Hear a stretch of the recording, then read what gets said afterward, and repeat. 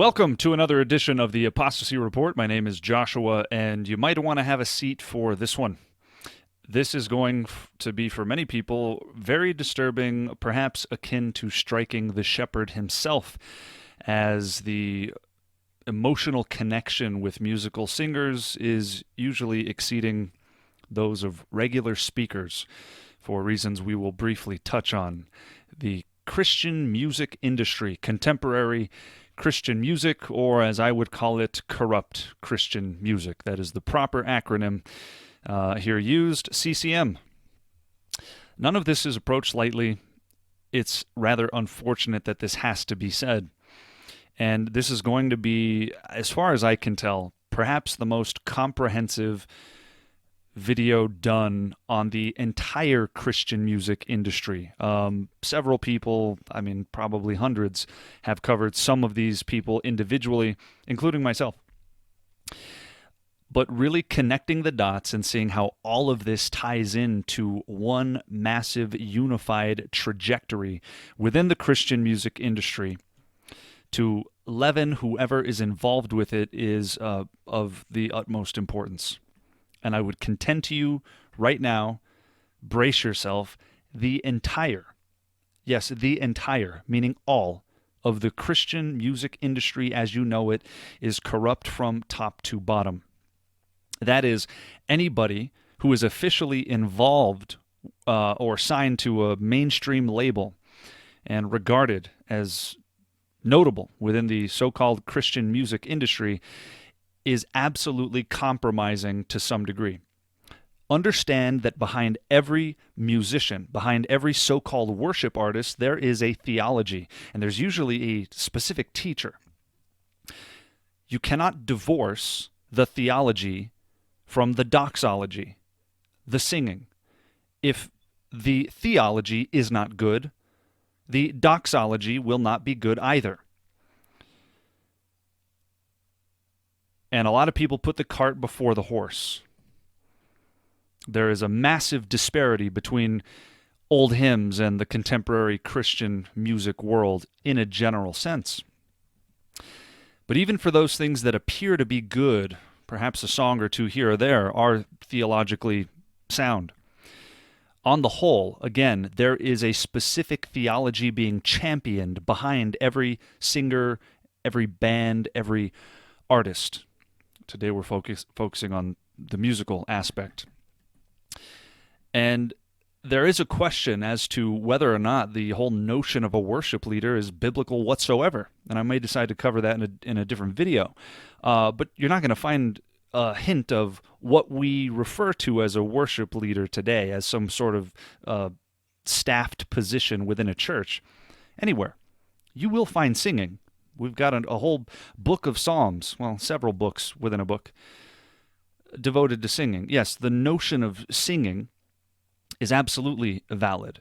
Nothing wrong with that, nothing wrong with writing the songs, but what this has turned into is a cheap imitation, and as you're going to see, it's not even really an imitation of the world's music industry, it's part and parcel of it. As I said, sit down. I'm sure somebody's sacred cow will be tipped over. Before we begin, copyright disclaimer for fair use. A lot of people tend to get real sensitive when things like this are touched upon. Let it be known that the entire purpose of this video and its whole comprehensive format and every specific video that is played is going to be reviewed for the specific purposes of either research or teaching or criticism, etc. This video in its entirety is transformative in nature, and therefore any video that is cited in here and commented on will be used for the purposes of a transformative video. Therefore, nothing is being replicated that is not being commented on specifically. So, let's begin, shall we? The power of music, mind control by rhythmic sound. This could be an entire study on its own. In fact, psychologists in the hundreds at this point have studied this topic quite at length. And just to establish a baseline for the power of music, And the reason that people tend to get so offended is that unlike certain other mediums, your mind is uniquely affected by music in an emotional way. There's a unique connection to the artist because there is a very high aesthetic in pleasant sounds. Well, in this particular study about rhythmic sound, it says here, the mystery runs deeper than previously thought, according to psychologist Annette Shermer, reporting new findings today at the Society for Neuroscience meeting in New Orleans. Rhythmic sound, listen, quote, not only coordinates the behavior of people in a group, it also coordinates their thinking. The mental processes of an individual in the group become synchronized. Yes, brain waves are in sync after a certain amount of time listening to the same rhythmic sound. Influence is massive in this state. Some people have questioned whether or not there's an unintentional hypnotic induction of sorts. And many have argued that that's exactly what happens. Now, specifically, this happens in a live concert setting. There are independent studies about decibel levels. The louder the music, the more influential as well. And it tends to induce a state of euphoria with loud music in particular at a certain decibel rate that mimics being drunk or buzzed on alcohol. It's a similar effect that it has on your mind. Add to that lighting levels and so forth, and there's an entire psychology of music that is intriguing to look into. But just to set the tone, we're not dealing what we are dealing with is the battle for your mind. Okay? Martin Lloyd-Jones had a fabulous message on this topic. I recommend looking it up. The battle for your mind. And when you are synchronized with a group of other people and behavior starts to become coordinated, influence becomes easy. It almost necessarily follows. So that when you're primed in a certain state of heightened emotion, the message that comes after it, not to mention the one that's coming through it, is absorbed in a different way. Keep that in mind. Now, music was created by God. It's a good thing, but as with any good thing, it can be abused and it can be used against you to a degree. Be very aware of these things. The modern concert state, for example, this picture, this is not an accident.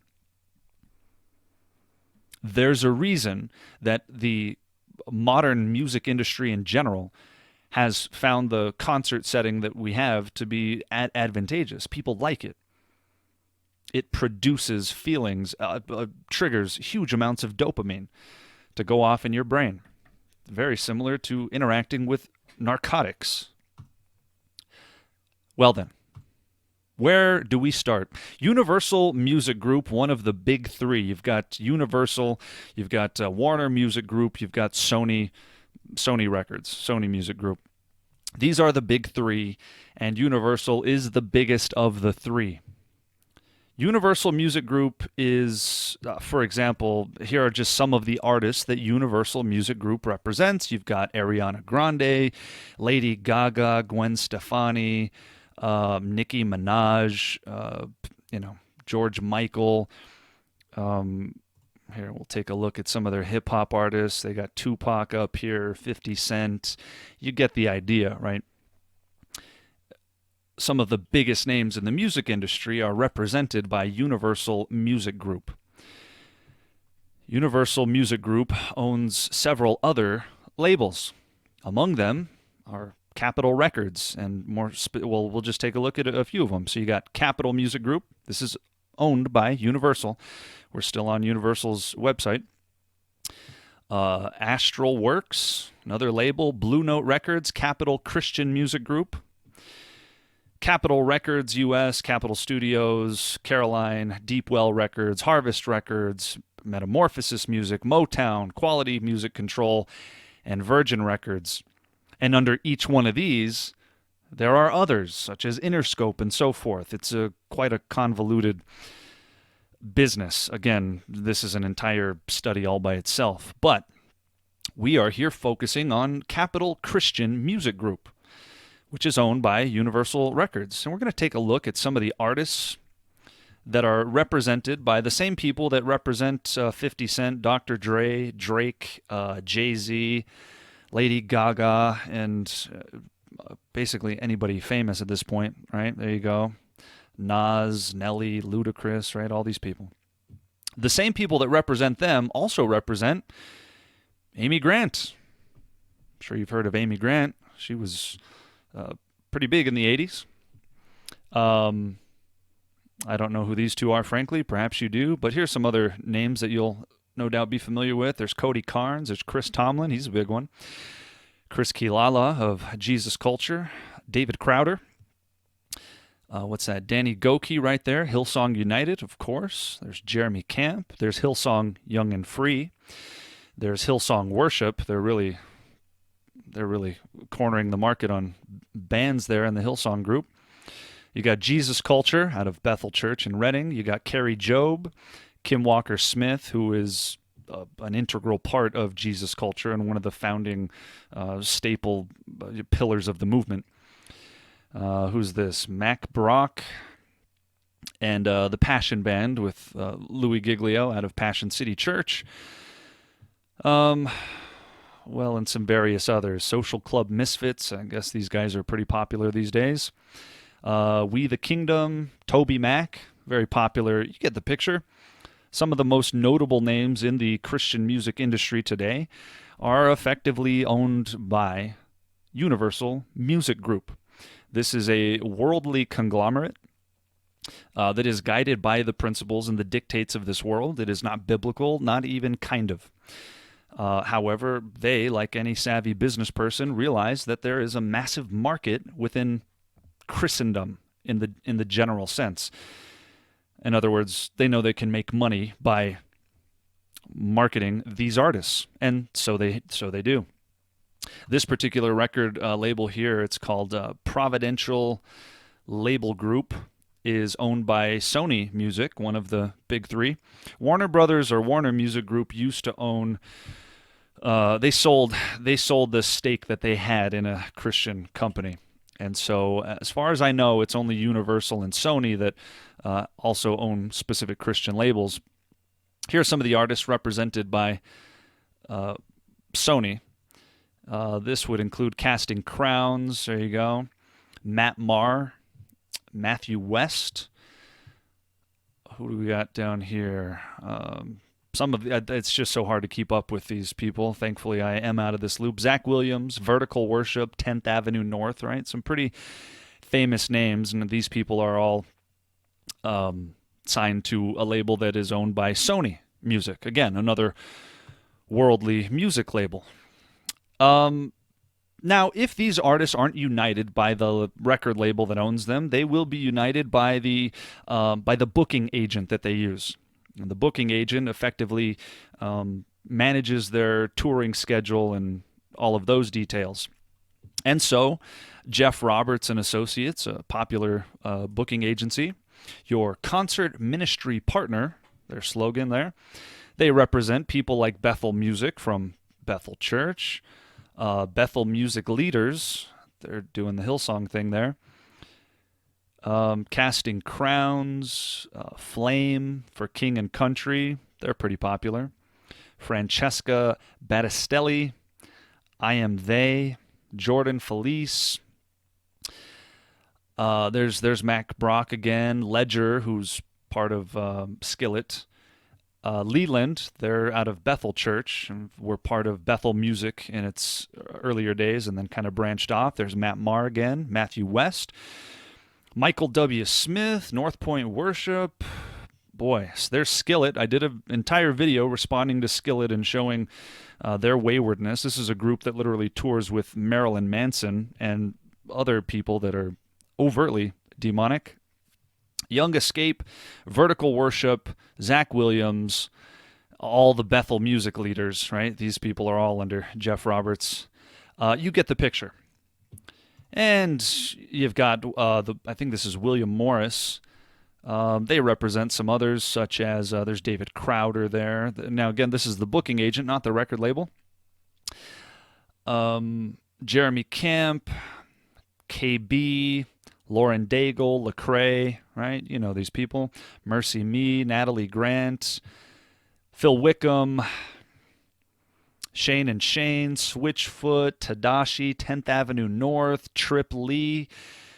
Some pretty prominent names with this booking agency who represents basically anything you can think of. This is just the Christian category. As you can see, they represent comedians, country singers, adult contemporary.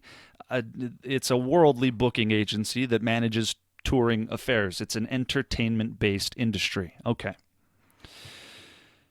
This is another booking agency. You got Amy Grant there. You've got Chris Tomlin. You've got Danny Goki. Okay. The point being, there are secular record labels and secular booking agencies that are really the engine behind all that you know to be the Christian music industry. And there are some independent Christian record labels, such as Reach Records, which we'll get into briefly, but the trajectory is identical. It only adds weight to the fact that we are dealing with an ungodly set of principles, right? It's going to make sense of things as we get into them when you realize that the people managing these artists are godless. This is a world-based industry. The same people that promote Lady Gaga and Jennifer Lopez and 50 Cent and all of the worldly devilish music that you might hear. And I'm not just using this term in a hyper-fundamental conspiratorial kind of way. You need to understand that at root, the things espoused by the world, Satan has his finger on them. I shouldn't have to explain this at great length. That doesn't mean that everybody's singing about the devil overtly. It means that they are absolutely devoid of anything to do with God, and therefore they are led by the ruler of this world, Satan. Now, why are all these Christian artists, so-called, yoked up with these secular companies? The thing to keep in mind here that is different about this industry from most others is that in the realm of entertainment or the arts in general, unlike the realm of plumbing or restaurateuring, right? You are dealing with a realm that primarily propagates ideology, primarily. The fundamental business of a plumber is to plumb. The fundamental business of a restaurateur is to dispense food and things. The fundamental business of the music industry is to dispense ideas, ideologies, and philosophies. In this sense, it is the most dangerous and subversive industry around, and the one that ensnares people. And because some objections might be, well, this is their job, right? What are they supposed to do, right? Nobody can work for just an exclusively Christian leader, you know? Well, that's true. But if you work at a furniture store and your boss happens to be a heathen, his primary business is selling people couches, not selling people ideas. When you get into the realm of the arts, whether that's acting, book publishing, or music, you are getting into the realm of ideology and philosophy.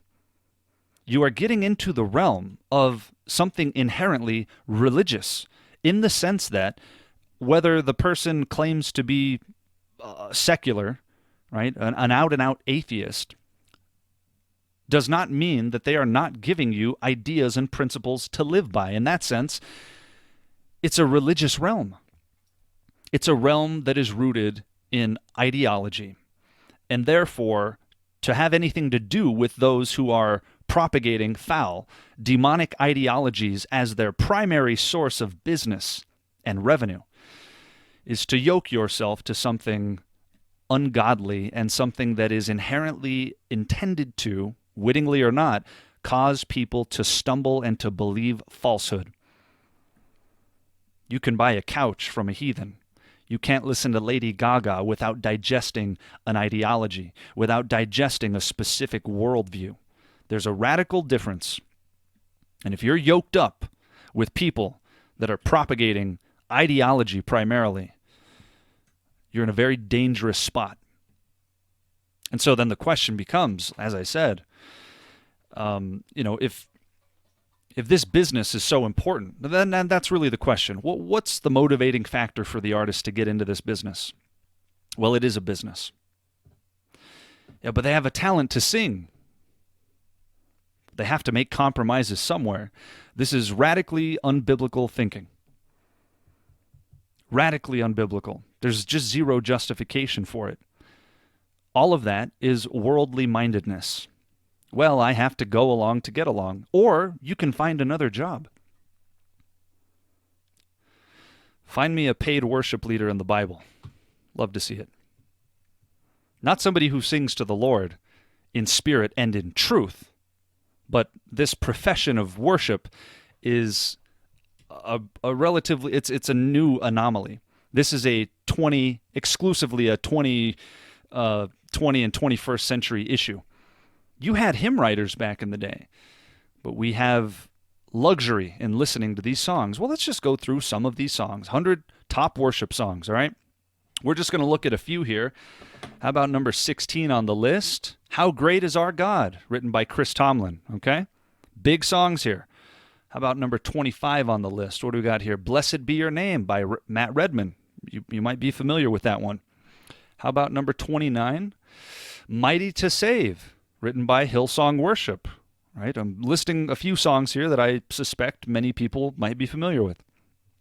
Your Grace Is Enough. Now, this version was sung by Chris Tomlin, but it's actually written by Matt Maher, who's a Catholic.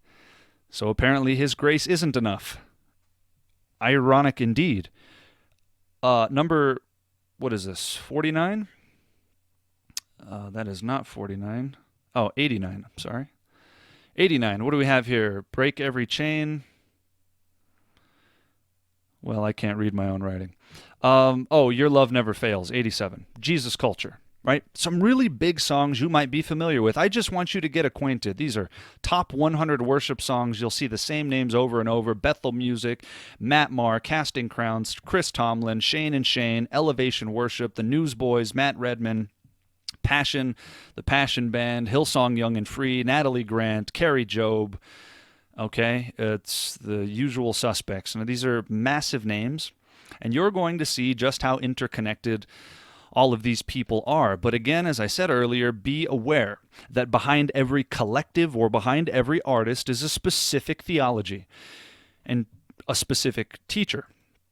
So behind Passion Music, for example, out of Passion City Church in Atlanta, Georgia, as well as Washington, D.C., under the leadership of Ben Stewart and Louis Giglio, who's the founder of Passion City Church. Well, you have Louis Giglio. So behind the Passion Band, you have the theology or the lack thereof, of Louis Giglio. Okay? Now, Six Step Records is owned by Passion City Church, by the way. There's Passion City Music, and you can see perhaps at the bottom of the screen here, Passion City Church, the Passion Conferences, and Six Step Records, who also has David Crowder, the Passion Band, and Sean Curran. All right. So this is a record company that is owned by Passion City Church. Behind Bethel Music, you have the theology of Bill Johnson from Bethel Church in Redding, California. These things do not exist in isolation. They come out of specific movements or specific churches. Okay? Behind, what is this? Elevation Worship. Behind Elevation Worship is Stephen Furtick, the narcissist. Right? Some people have termed him a narcissist. Stephen Furtick, who reads himself into every passage in the Bible. All right? Behind Jesus Culture, you have Banning Liebischer here, who is something of a protege of Bill Johnson and right out of that same movement. So, just as a foundation, all right? Behind Hillsong is Brian Houston. Behind all of these artists and behind all of these bands is a specific theology.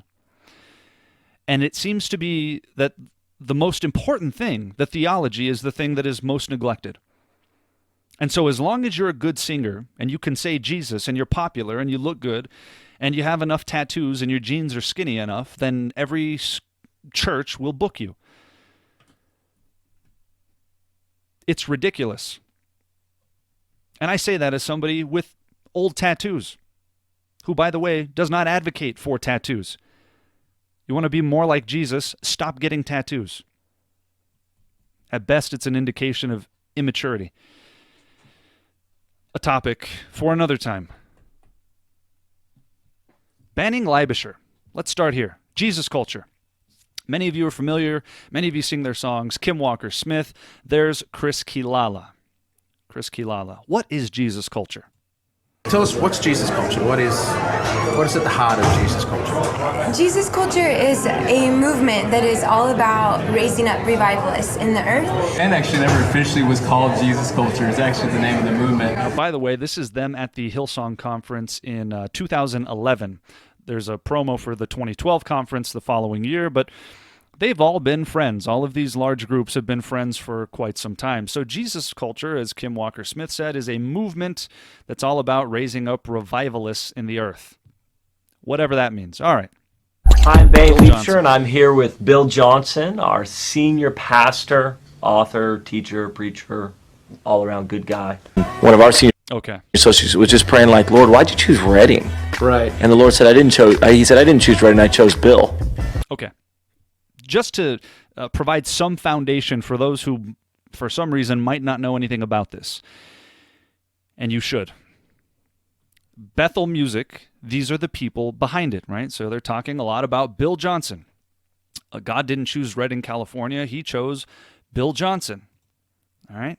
There's just a little taste of who Bill Johnson is.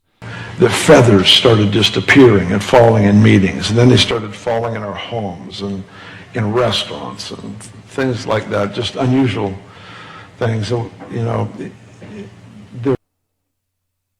there are signs that make you wonder. We'll have wind that will, gust of wind that I'll get hit with, and hands for years. What was this? And we've had gold dust appear in people's hands for years. I don't ever talk about it, but frequently during worship, we actually had it today. Benny and I both saw gold will start falling during worship. This time I think it started falling during our prayer time. Okay. This is not just wrong, this is insane, okay? Bill Johnson, I don't know that the word false teacher is strong enough, but that's the word we're going to use. He casually talks about feathers just appearing in people's homes, and we've had it for years, gold dust just appearing in people's hands, and a gust of wind, and a glory cloud, and this is the tip of the iceberg.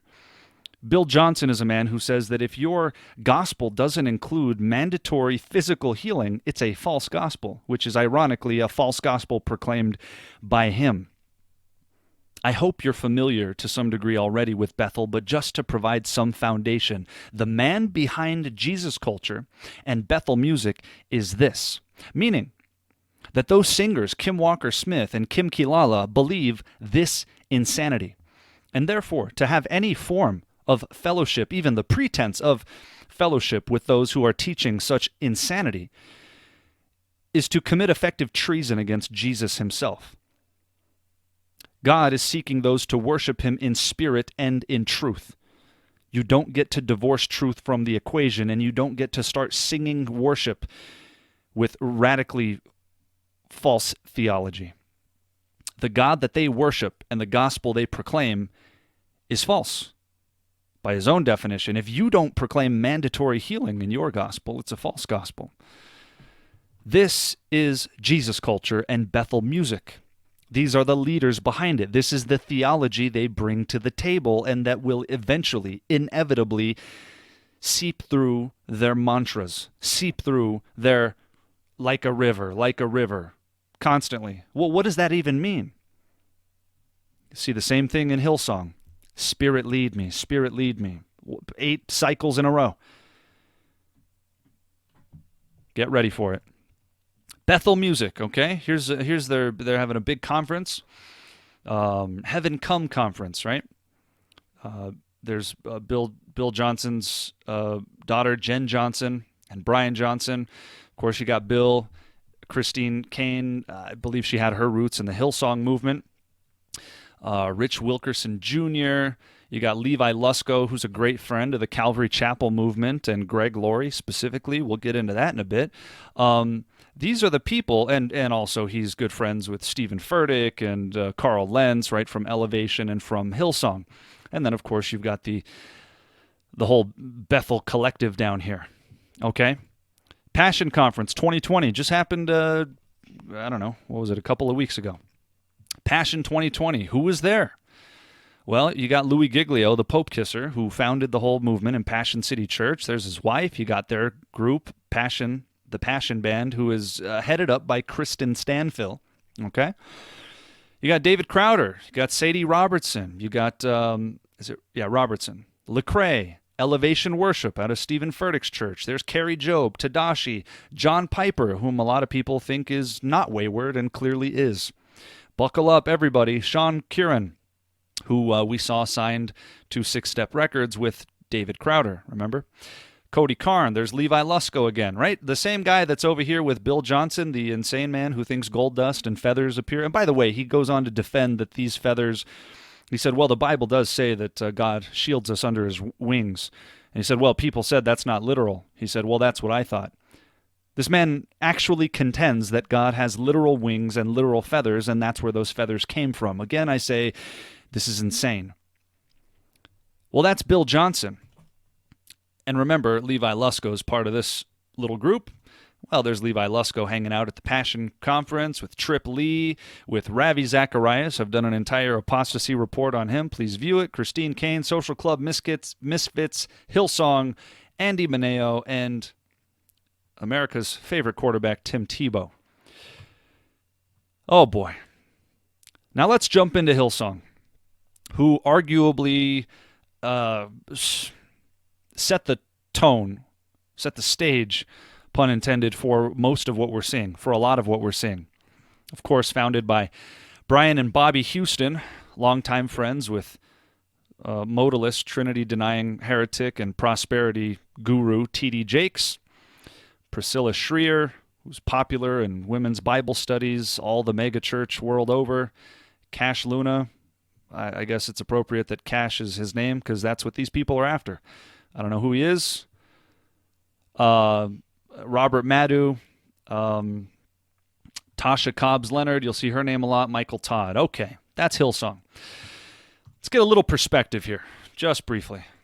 15 countries, tens of thousands, right? I think Hillsong is its own denomination at this point, and arguably the largest selling Christian label or Christian, I don't know if you'd call them a genre. I mean, they're part of Christian music, but Hillsong as a group has probably sold more albums than most, if not all, Christians. Tens of millions. Okay. Well, their prayer meetings are more like rock concerts, and their musical messages from God often become chart toppers. With followers like Justin Bieber and Kendall Jenner, Hillsong is not your ordinary church and is one of the fastest growing religions in the world. That's correct. To the one and only Brian Houston from Hillsong. Brian, welcome to Studio 10. I've actually been to one of these concerts for stories, and it's like a Beyonce concert. It's huge. What is it about Hillsong that draws so many young followers? I think it's relevant. I think the message that we represent, it's timeless. But the methods have to change, so I think that we do what we can to reach 2015. Well, let's just notice what he didn't say there, right? She says, what do you think draws these people? What was conspicuously absent from his answer? Jesus, truth, right? He mentions this message, right? Well, we have a timeless message. I'll tell you why people are drawn to it all the world over. The world loves it, and he's on secular talk shows that love it, and they're interviewed by some of the basest shows around, he and his other pastors in the Hillsong movement. They're loved by the world because they're a part of the world. The world embraces it because it reeks of itself. The world recognizes it as kindred. That's why she said, boy, it looked like a Beyonce concert. It does.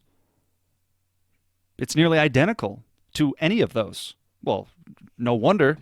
I don't know who Beyonce is signed to, but I know Jay-Z was represented by Universal Music Group, so they're represented by the same record label. Is it any wonder that their concerts look the same? Suppose I shouldn't be surprised to find out that Beyonce is also represented by Universal Music Group. The point is, pick the artist, it looks just like a worldly concert because that's exactly what it is. It is not rooted in truth. It is rooted in marketing. It is rooted in euphoria. It is rooted in a temporal experience. Okay, listen. Here's Brian Houston. This is the fundamental Brian Houston back in the day. New from Pastor Brian Houston, money. There's not one person in this building who doesn't need more money.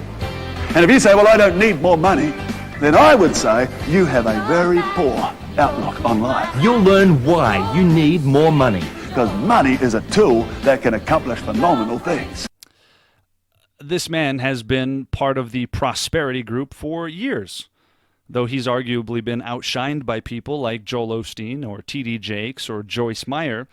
What you're going to find is that he's good friends with all of them because they have the same love. It's a love of money, a root of all kinds of evil, if not all of it. And if you don't think you need more money, you have a real poor outlook on life. All right? These are the type of people that creep into widows' houses and fleece them. These are liars, right? Remember Paul talking about false apostles who, were charging people money to hear messages of truth and whatnot. Brian Houston has been a money preacher for years. And he has just found a more clever way to do it without always talking about money. He has slightly shifted the focus to general self-help. He has found what people want. Now, understand this. There's an old axiom that an old grifter or a con man once said. He said, if I know what you want, I can take you for everything you have. And so when it comes to the conned and the con man, what is happening, the dynamic that is taking place, generally speaking, there's no innocent party there. The classic cons of the ages, typically, and the most effective, work to exploit greed in the mark or the subject. So the con man is absolutely trying to take advantage of this person. But as the name implies, they are instilling confidence in the mark that that person is actually taking advantage of the con man, right? So you see this played out in those old scenarios where the guy comes in pretending not to know how to play pool. And they make a series of bets and he loses. And then he says, I'll bet $1,000. The other person is all too happy to take advantage of him, when the con man then displays his true skills and takes that person for all they're worth. He did it by exploiting their greed. They weren't innocent, and nor are the people that are taken in with Brian Houston or the like. They're not innocent. Their greed is being exploited by the devil. Little do they know. They think they're going to get something out of these self-help messages that rely on their inner strength, but they've got this thin veneer of the name of Jesus and no substance of him. So they're going to get something, and they get got instead. There are no innocent parties in this scheme. Remember, we hear false teachers described as deceiving and being deceived. They are victims and perpetrators all at once. Oh, they're deceived, make no mistake about it, but they're bent on deceiving as well. And they revel in their own deception. Brian Houston, you need more money. Well, is it any shock that T.D. Jakes and Joel Osteen are friends of his? This is at the Hillsong conference a few years back. Craig Groeschel from lifechurch.tv. That YouVersion Bible app you have in your phone, that's owned by this deceiving man right here. There's Kerry Job, Leland from Bethel, Judah Smith, a good friend of Carl Lentz, who's one of the Hillsong pastors in New York. T.D. Jakes, when he has his conference, of course, he invites his old buddy Brian Houston over. Brian Houston and Joel Osteen, I think you can see that there. They've been close personal friends for quite some time. There's Joel Osteen with Carl Lentz out of Hillsong, New York. Who do we got here? Joyce Meyer celebrating 30 years of Hillsong Conference, right? There she is back at the 2012 conference, a longtime friend of the entire Hillsong movement. I hope you see the foundation we're setting here. That but behind this entire movement, before the music ever comes out, before a lyric is written, this is the theology that is feeding into it. And it is impossible for that not to eventually leaven you. A little leaven leavens the whole lump unless we wish to make the Holy Spirit a liar. Those words were not said in vain. These are doctrines of demons being propagated by this whole crew. And here's another one of Brian Houston's friends, Nicky Gumbel. Nicky Gumbel of the famed Alpha course out of Holy Trinity Brompton over the pond in England, which again is an entire study. Any one of these people that are mentioned could be talked about at length, but we're building a comprehensive picture about the entire music industry, okay? So we started with Hillsong. Now watch this. Holy Trinity Brompton, led by Nicky Gumbel, who's a longtime friend of his You Need More Money friend, Brian Houston. Here's Nicky Gumbel back at the 2011 Hillsong Conference. Watch this. Nicky, it's great to have you with us. Thank you for joining us this afternoon. Oh, thank you so much, Steve. It's great to be with you. Now, this is your first time in Australia? Not our first time in Australia. We've been first time at the conference. First time at the Hillsong Conference, yeah. How are you finding it? We are absolutely. I mean, there just aren't words to describe it. It is so amazing. We've had 3 days of just the love, the welcome, but also the inspiration. There is so much. I don't think I've ever had 3 days in which I've learned so much or been inspired so much and seen a model that is so the thing that we want to do. And stop right there. Seen the model that is so the thing that we want to do. He talks about his inspiration. This is exactly what we want to do. Well, who's we? Well, it's he and his cohorts at Holy Trinity Brompton. So what did they do? Well, based on Hillsong's model, they created this. The Holy Trinity Leadership Conference, HTB Leadership Conference. Listen. Infinitely greater than what divides us. What unites us is infinitely greater than what divides us. That's the whole theme. These men are all ecumenical underneath it all. What unites us is more, how does he phrase it? Well, it's infinitely greater than what divides us. Who's us? Well, us, among other things, includes this guy right here. Well, I knew Pope Francis before becoming Pope. I didn't know Justin Welby, just I saw him in Focus. This is one of the men that elected Pope Francis to the papacy. This is a staple member in the Catholic Church and a pretty high-ranking one to be on the voting committee of the Pope. This is what Nicky Gumbel's all about. What unites us is infinitely greater than what divides us. And what unites them? Well, it's not truth. It couldn't possibly be truth. If you have questions about Catholicism, please see the recent video I just did on that topic. This is who Nicky Gumbel has. And what does whatever this man's name say? Listen to what he says. All of them together. You'll hear his voice here. Together. Father, make us one. Jesus, make us one. Holy Spirit, make us one. Amen. Make us one. Well, who's us? Well, there you got a whole group of people, including Joyce Meyer. Big shock, right? And you got the Archbishop of Canterbury who was there, Justin Welby, and a whole host of other representatives from various denominations, Anglicanism, and so forth, right? And so it's all about uniting each other. You're going to see this is the common theme. All right, Well, what does this have to do with worship? That's a great question. I'm glad you asked. This is to establish who and what Nicky Gumbel is, and exactly what his inspiration for what he does was, and that was Brian Houston and the Hillsong movement. Well, this is Nicky Gumbel, also fond of the Pope, like Louis Giglio and others that we're going to see.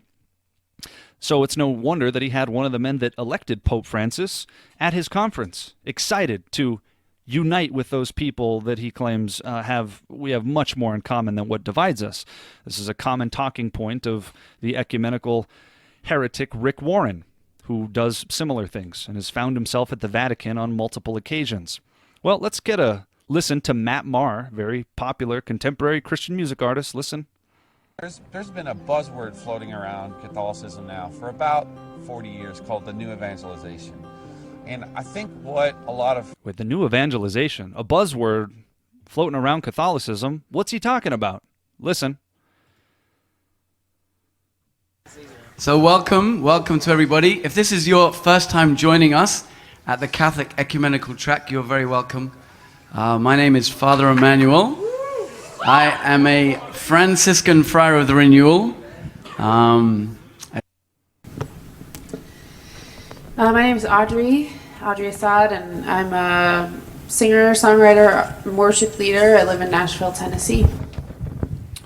I'm Matt Maher, and I'm an itinerant worship leader and songwriter, and originally from Newfoundland, Canada, and then lived in Phoenix. Just proof that God has a sense of humor.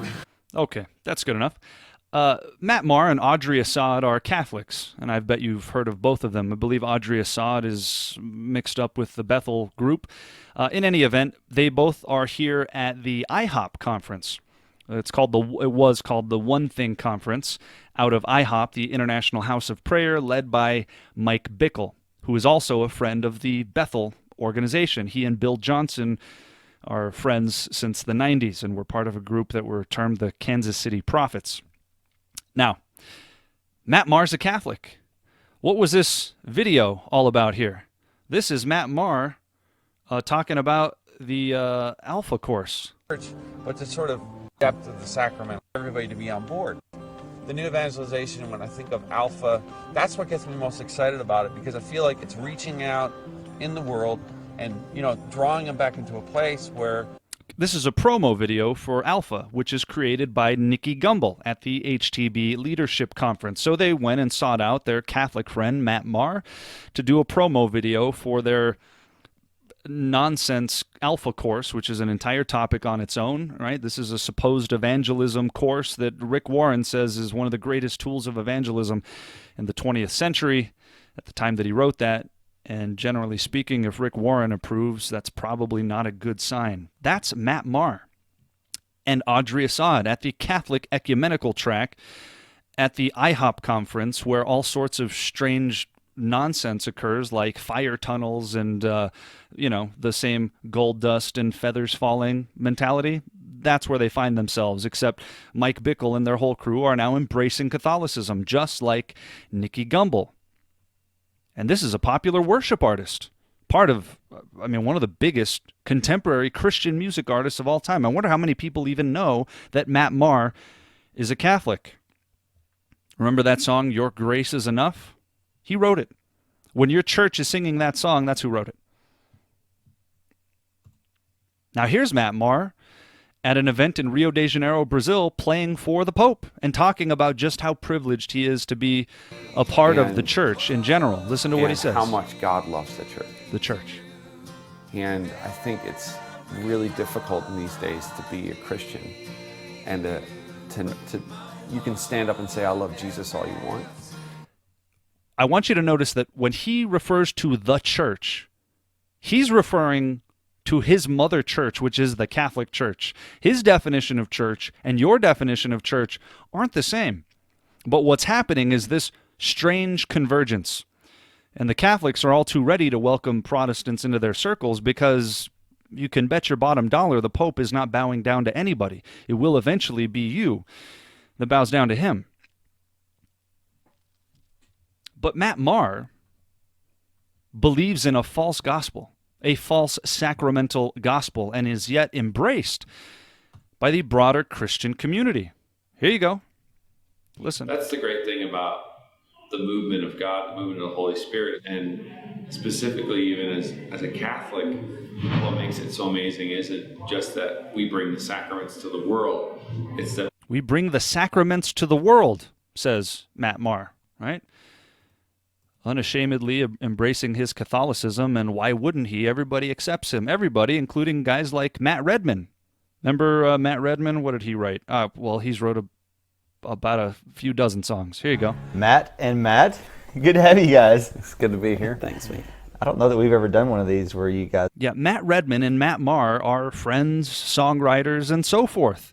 And it shouldn't surprise you that Matt Redman is a staple feature in Nicky Gumbel's Ecumenical Nonsense. Matt Redman, big-time worship leader. Blessed be your name, you never let go.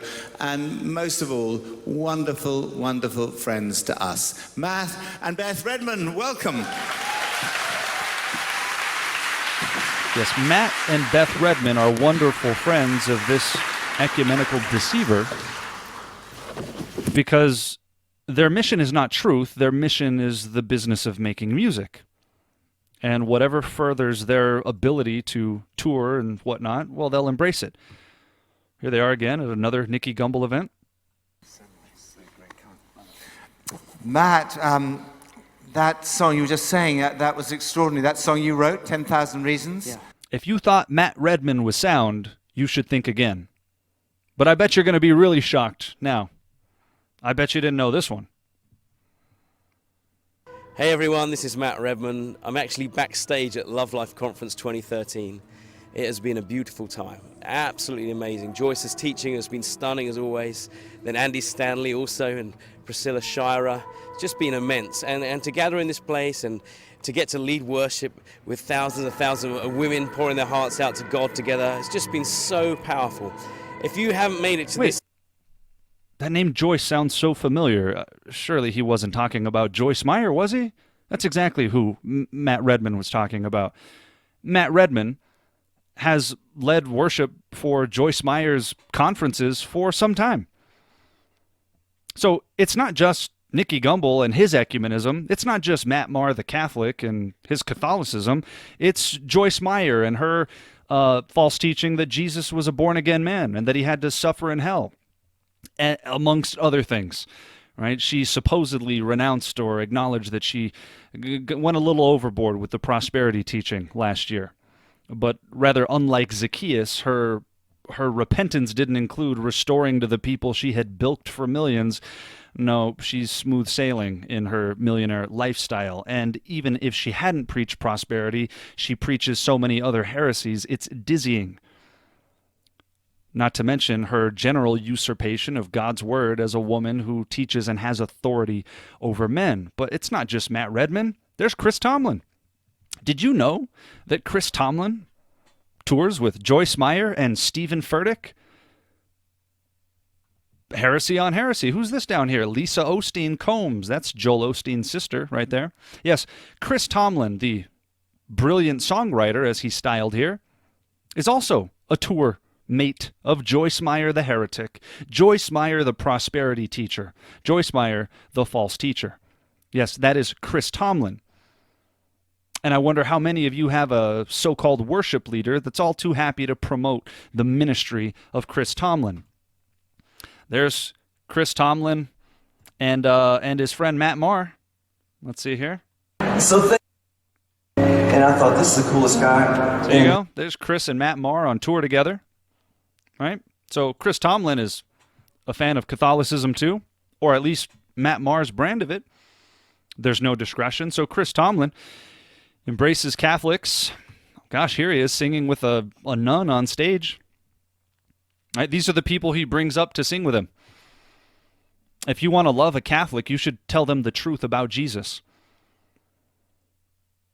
You should tell them you worship what you do not know, like Jesus did to a woman in John chapter 4. He didn't leave her to go back to her false worship. He proclaimed truth to her, not Chris Tomlin. Nope. He'll sing with Joyce Meyer, he'll tour with a Catholic, and he'll bring a nun up on stage so that they can sing together and give everybody the impression that there's really no problem. They're united in fellowship, so-called, and worship.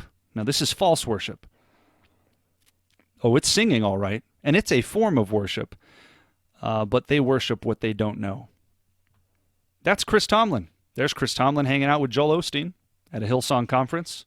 Surprised? It gets worse. Like I said, I hope you're sitting down. Here's Joel Osteen for those that need persuading that he's an overall bad guy. The Pope has obviously been reaching out and has been a force of moderation in comparison to his predecessors. What do you make of it? I think the Pope is fantastic. You know, I just think his tone, his humility, his, you know, I loved when he said the other day, you know, and it's our view too. We're not trying to, you know, make this a little bitty narrow thing. Anybody's welcome. We may not agree, you know, 100% on doctrine and theology, but you know what? The church, Catholic Church, our church, it's open for everybody. So I like his tone. It's open for everybody. We're not trying to make this a little bitty thing. We're not trying to make this a narrow way. We're trying to make it a nice broad way. Do you remember what Jesus said about the broad way that leads to destruction? He said, yeah, we might not agree on doctrine or theology, but, you know, no biggie. No biggie, because Joel Osteen is not concerned with doctrine or theology. He's concerned with making you feel good, lulling you to sleep while you coast on to perdition. Joel Osteen is not a minister of God, he's a minister of Satan. Again, I don't say that lightly. Okay. So excited to have one of our favorite ministers in all the world, Joyce Meyer, here today. We know how much you love her. We love her so much. Give her a great big hand clap as she comes, Joyce Meyer. And there's Joyce Meyer. Thank you. One and the same with Joel Osteen. Well, you guys are awesome. And this was only about 6-7 months ago. You are just... You can see the networking beginning. Joel Osteen, Joyce Meyer. Wait, hey, look, there's Chris Tomlin again with Joyce Meyer. And Rick Warren, who says if you love Pope Francis, you'll love Jesus. There he is, accepting his Dove Award, a knockoff, cheap imitation of the Grammys, doing everything to not just appear worldly, but actually to be worldly. Joyce Meyer. Oh, I bet you didn't know Phil Wickham toured with Joyce Meyer, too. Now, this is from the Joyce Meyer website. I'm not just pulling this up from nowhere. This is Joyce Meyer Ministries or joycemeyer.org. All right? Columbus, Ohio, August 23rd to 24th. Nationwide Arena. Yep. So, if they can't get Matt Redman and they can't get Chris Tomlin, they'll get Phil Wickham. These are three of the biggest, most respected names in evangelical contemporary Christian music that are embracing some of the rankest heresy available. Phil Wickham, Chris Tomlin, Matt Redman. What's going on over here? Rick Warren and Chris Tomlin at Night of Worship. How are ya? There they are. Yeah, see? All right, I want you guys to do me a favor. Chris Tomlin tours with Rick Warren, too, regularly. Now, here's an interesting thing. You have on stage Chris Tomlin's Worship Night in America. Right here, you've got Chris Tomlin playing the piano. You've got Matt Redman up here. You've got Kim Walker-Smith from Jesus Culture. And then you've got Phil Wickham here. And I forget this guy's name. But you see how all of these people mingle together and tour together. They're all friends. Truth is not in them.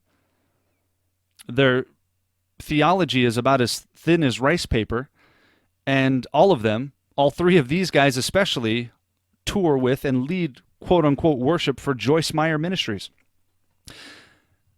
This woman, Kim Walker-Smith, has a bizarre testimony of visions of Jesus, and no wonder her so-called pastor thinks that gold, dust, and feathers just appear in people's hands and in their homes. This is simply music enshrouded in deception. There you go. All of them participating, leavening each other and leavening those who participate with them. That may in fact be your church. That may in fact be your worship leader. That might be your own iPod. You might want to start thinking about deleting some songs out of there. What do we have here? Phil Wickham touring with Kim Walker-Smith. And this other guy, something Mac, I forget his name now. There you go, Mac Brock. just announced sing-along tour. So Phil Wickham, when he's not touring with Joyce Meyer and when he's not singing with Chris Tomlin on his night of worship, independently tours with Kim Walker-Smith from Bethel, right? This is Bill Johnson behind her. Now, Phil Wickham is a huge part of Greg Laurie's Harvest Crusades, which we will get to in just a bit. There's Phil Wickham for you. Here's Phil Wickham at Joyce Meyer back in, gosh, this was in 2010. This is nothing new for Phil Wickham. There he is, singing at Joyce Meyer's ministry conference. For the last decade, he has been involved with Joyce Meyer. Did you know that Phil Wickham has been touring with a prosperity false teacher, Joyce Meyer, for the last decade? Does your worship leader, does your pastor know that? Or are they just negligent when they promote his ministry to thousands of people, to hundreds, even to tens? Nobody seems to want to look into things anymore.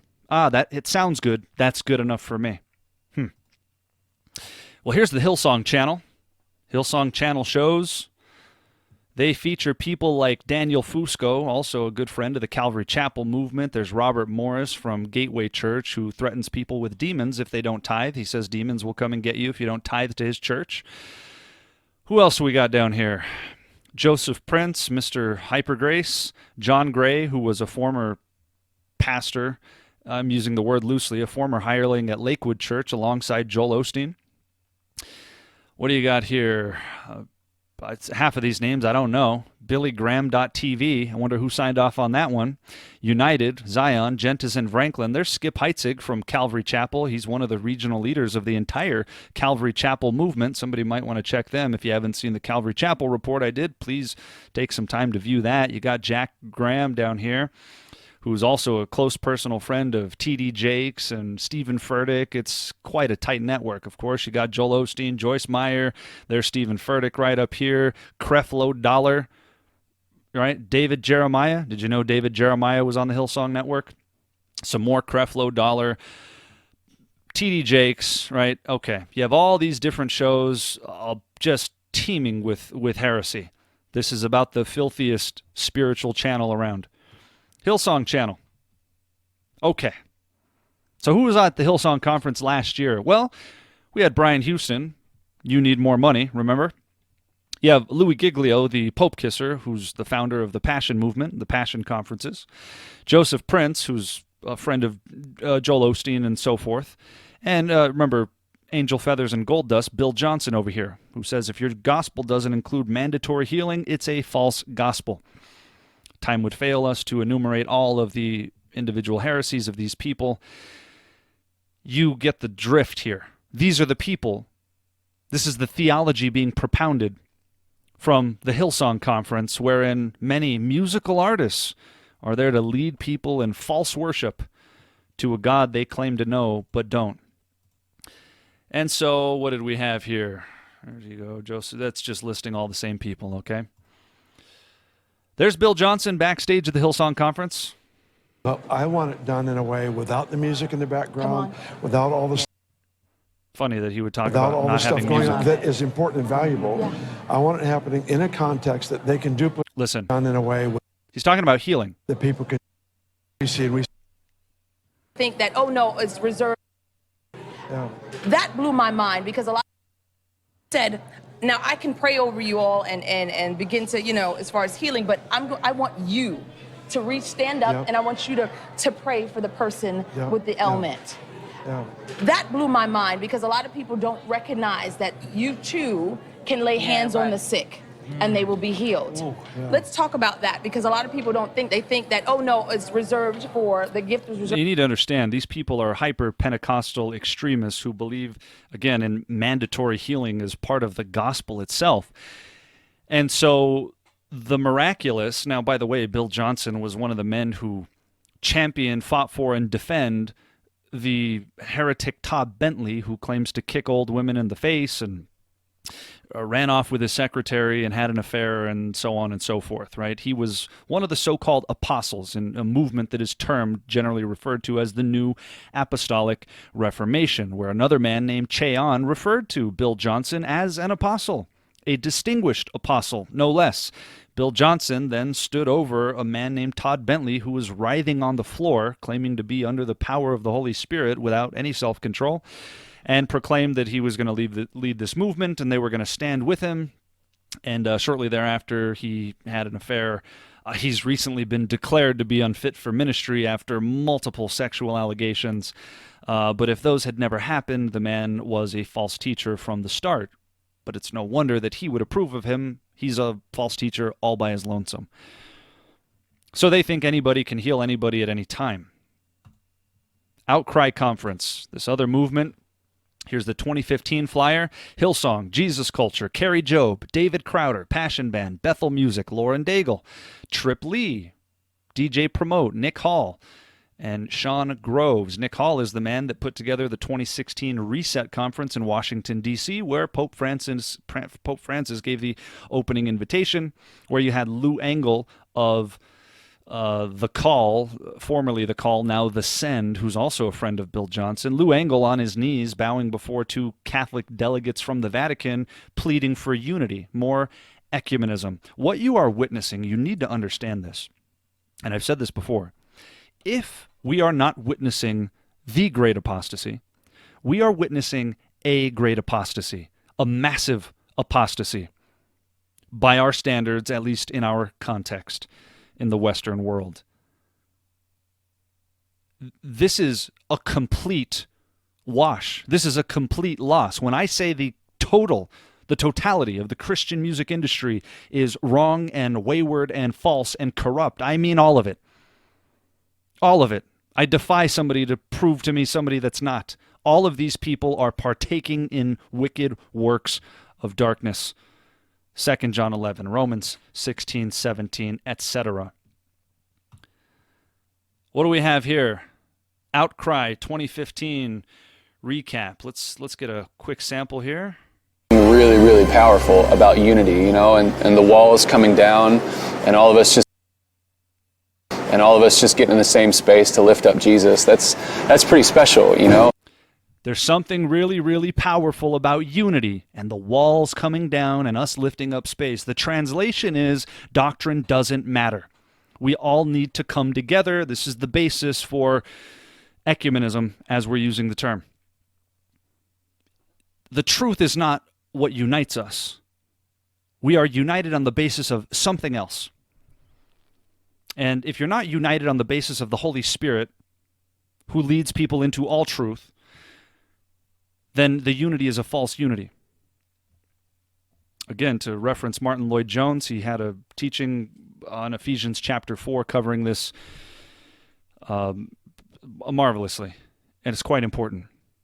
This is a false unity that's being talked about. Now, Kristen Stanfill is Louis Giglio's sidekick in the Passion Band out of Passion City Church, right? So this whole team here, the Hillsong, Jesus Culture, Trip Lee, Bethel, Carrie Job, Crowder, there's something amazing about unity, he says, and the walls coming down, and that's their whole goal, is everybody unites under this nondescript name Jesus. It's Jesus in name only. Well, any Jesus that doesn't have a problem with this is not a Jesus found in the Bible. It's a false Jesus. This is no light matter. What do we have here? Switching gears just slightly. Have you heard of For King and Country? They're chart toppers. See For King and Country and Matt Maher at the Washington State Fair Columbia Band Concert Series. Oh, they also partner with Matt Maher the Catholic. You know why? Because For King and Country has no discretion, integrity, or anything virtuous either. They are businessmen, business-minded, with a business trajectory, and Matt Maher's good for business. He's popular, so they'll tour with him. And vice versa. They don't care about truth. How could they? They were part of the soundtrack of The Shack. William P. Young, the universalist who denies the existence of hell, and amongst other things. Here you go. What the book and the movie has, I think, done a very classy job of doing, if anything, is going, hey, knock, knock, knock. Don't put him in a box. You know, don't put faith in a box. Don't put God in a box. Don't put Jesus Christ in a box. Don't label him a goody two-shoes or a great, but like, this is bigger than you think it could be. What is he even talking about? This is bigger than you think it could be? Translation, don't put God in the Bible. That's what he means by box there. Don't give me sound doctrine. Right? There will come a day when they will not endure sound doctrine, but having itching ears will heap up for themselves teachers. Don't put God in a box. Don't label Jesus a goody two-shoes. No, let's go ahead and describe God as a black woman and a Chinese woman and an Arab man and whatever in a movie that intimates at universal salvation,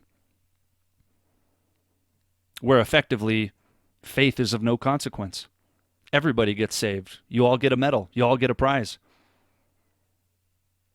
Again, this entire movie, which I covered in the Skillet video, please go watch my response to Skillet and John Cooper for a much more in-depth analysis of the Shack and all of William P. Young's heretical assertions. I hope some of you are familiar with this ridiculous book and movie, but for King and Country, think it's great because we don't have to put God in a box.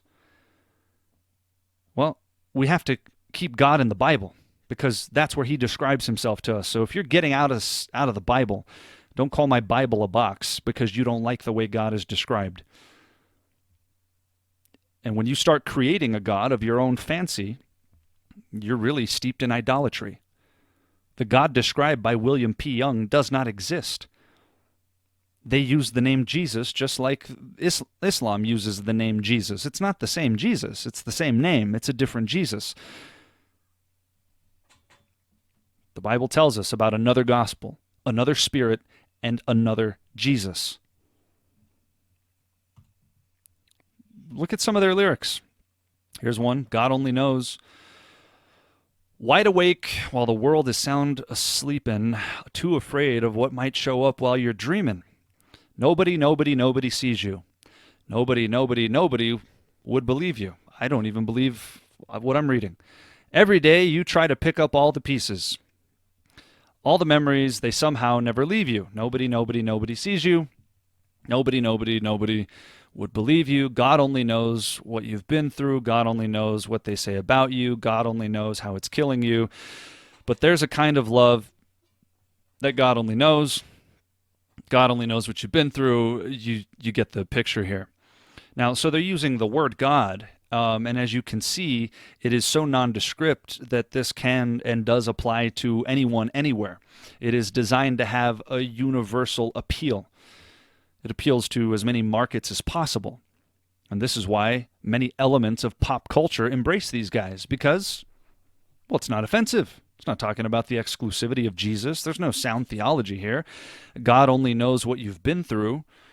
You're lamenting a sad situation. Well, of course, this is something everybody can relate to. We've all been in a sad situation, I'm sure, to some degree or another.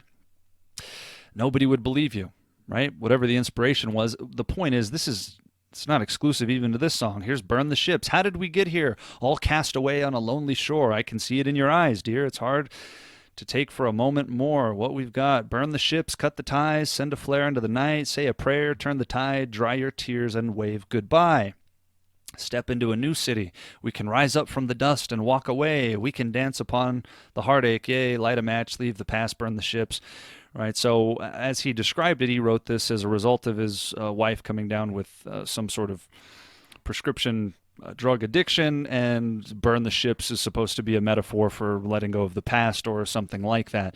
The point is, there's a very common theme of them writing songs that have absolutely nothing to do with worshiping God and could appeal to as many people as possible.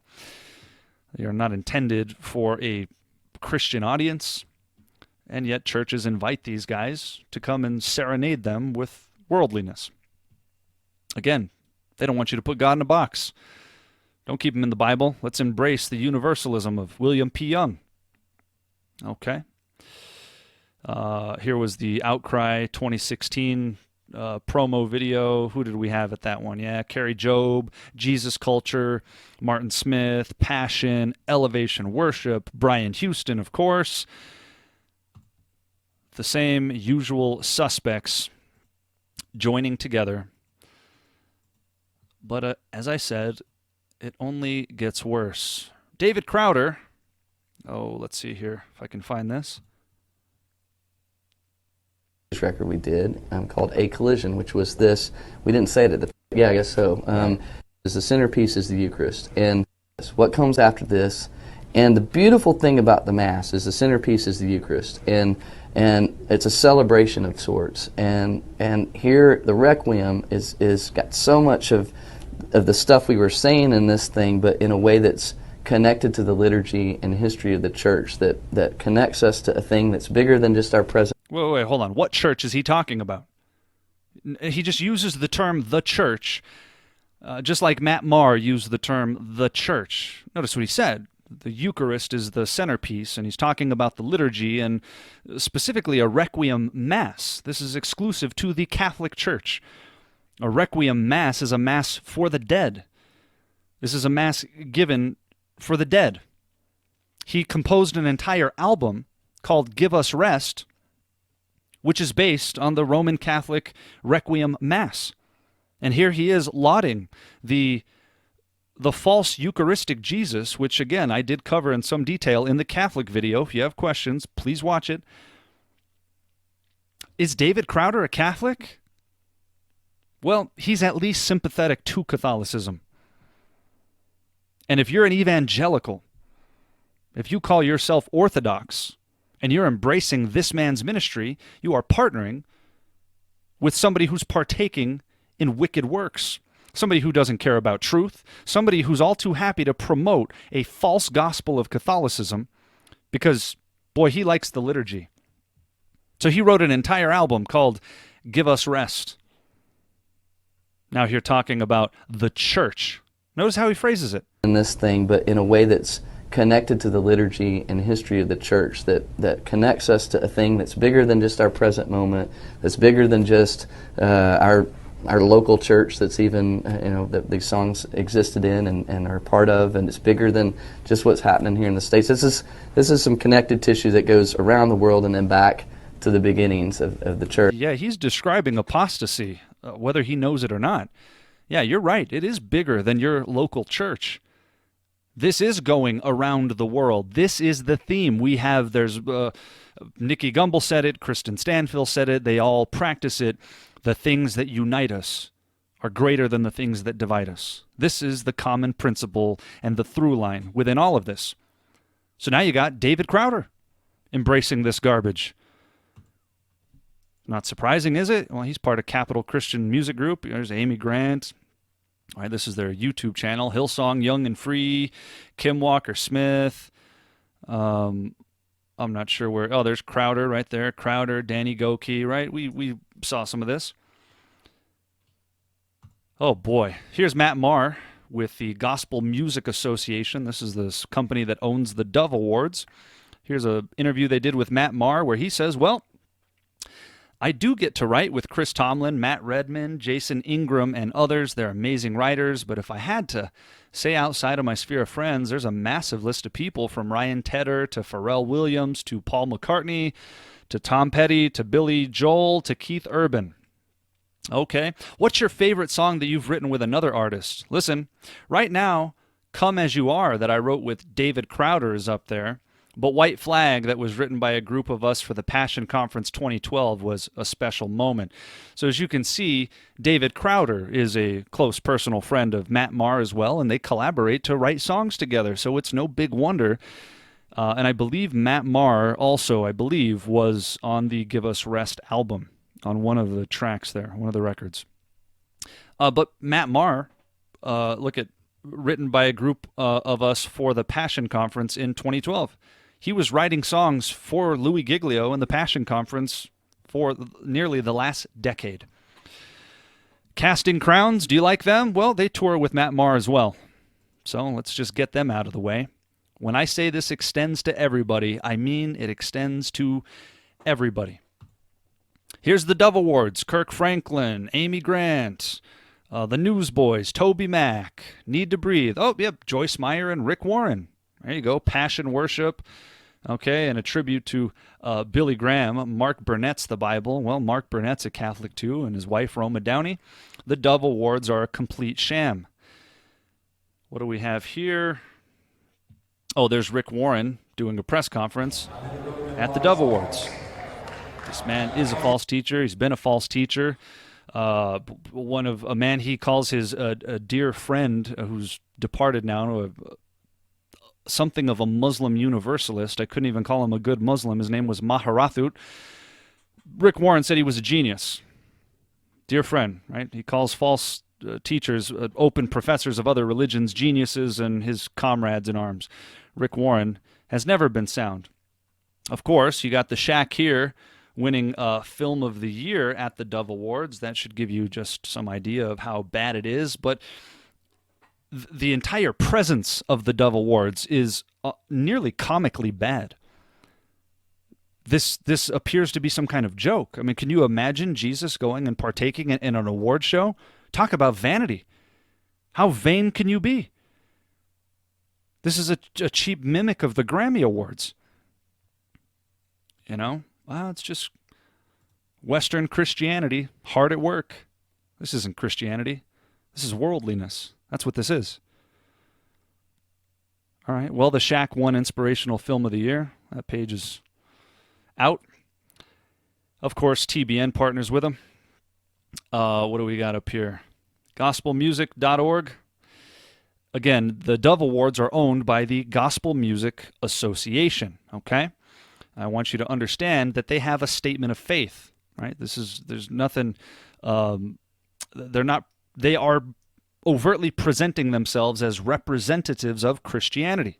Gospel Music Association. We believe the Bible's inspired, right? They got a 6-point statement of faith. The moment you team up with somebody that has a statement of faith, if they're promoting falsehood, you're now sharing in that falsehood. That's how it works. And if you don't understand that, you don't understand the foothills of Christianity. You don't have fellowship with these works of darkness. Now, who's part of the vice president squad of the Gospel Music Association? Here's Chris Estes, who's one of the managers of Bethel Music. I believe he's even the vice president of Bethel Music. In any event, his teacher is Bill Johnson. He's one of the guys making crucial decisions for the Gospel Music Association. That shouldn't surprise you. They have a conference. This Immerse conference is an outworking of the Gospel Music Association. This is their, if you can see up top here, it says GMA Immerse. It is the Gospel Music Association Immerse Conference, okay? This is their conference. And as you can see, right up top, we got Bethel Music, right? Gateway Publishing, there's Bethel Music. They got 3 Bethel Music representatives as part of their speaking and artists coalition for the Immerse Conference. The New Apostolic Reformation and the people that believe gold dust and feathers just start appearing, among other things which we're going to see, like astral projection. These are the people behind the Gospel Music Association, which puts on the very worldly Dove Awards. You can keep your Dove Award, please. What is this here? Compassion International presents. What is this? The Roadshow 2018. Let's see who some of these people were. Featuring For King and Country and Matthew West and Natalie Grant. Who else? Bethel Music. Yeah, that's right. King and Country tours with Bethel Music too. There's Zach Williams. All of these people are together. Social Club Misfits. No discretion. This is something of a spiritual orgy is the best way I could describe what's happening here. This is not fellowship. This is filthy, spiritually transmitted diseases. Listen, this is a woman named Deborah Reed at Bethel Church, just to remind you of how bad Bethel is, talking about casually taking kids to heaven, just on a whim, right? Just voluntary trips to heaven, out-of-body experiences, which could only be described as astral projection. Listen. And being a guardian and an equipper of not only the young, but those people who lead the young. And, oh, I have one more thing to show you. This is so cool. Okay, we take our kids to heaven. I mean, who doesn't? Okay? Our kids go to heaven. And people that know how to do heaven things take them to heaven. And so we have a middle school that was tour guides. Is that what they're going? Okay. They take our tour. She's not joking. They have tour guides, she says. Somebody called out from the audience. They have a name for this. There's a position within Bethel Church called tour guides, like it's a field trip to heaven. Our middle school kids to heaven. So now I'm sorry, but that's fun. Okay, you want to know if you're really going to heaven? Okay, you don't go. But these guys, they think it's really cool. They meet each other. They see each other in heaven, hang out. I mean, the neat thing about it is real to them because it is real. No, it's not. This is a delusion, and if it is real, it's astral projection, which we just don't have time to get into. But this is an occult practice where people aim to have out-of-body experiences, and there's some reason to believe some of these people actually do. They are playing with a demonic realm, if this is actually happening. She just casually talks about taking trips to heaven and meeting each other, having some kind of out-of-body experience. This is the insane theology coming out of Bethel, which includes Jesus Culture, Kim Walker-Smith, and Chris Kilala. If this were the only centerpiece, if this were the only common denominator that we are looking at, it would be bad enough. But alas, they all have their independent... Now listen to this guy. My goodness. This is part of the Bethel Kids Ministry. A little girl where the angels were in the room, and she pointed off and said, "There's one over there by the first graders." So I asked her, I said, "Do you know why he's here?" And she took off, and I think she went and talked to the angel. And when she came back, she said, "He's here for healing." So I had her send all the kids over to the first grade mat where the angel was. And just a little bit of time later, every single child was healed in the room, and no one even had to pray. All right, I'm not trying to be mean here, but he looks a little loopy already. This guy is off, even by worldly standards. I don't know how anybody would see this and say, yeah, let's leave my kids with this guy. Well, he looks way too awake. I don't know how to describe it. Again, I'm not trying to be mean here. There's something very off about this individual. Casually talking about an angel and casually talking about everybody getting healed in the circle and whatnot. And here's Bill Johnson going on about his glory clouds and his angel feathers and whatnot. So just to recap, you got the Heaven Come Down conference with these people. These are all Bethel representatives. Bill Johnson, Christine Kane.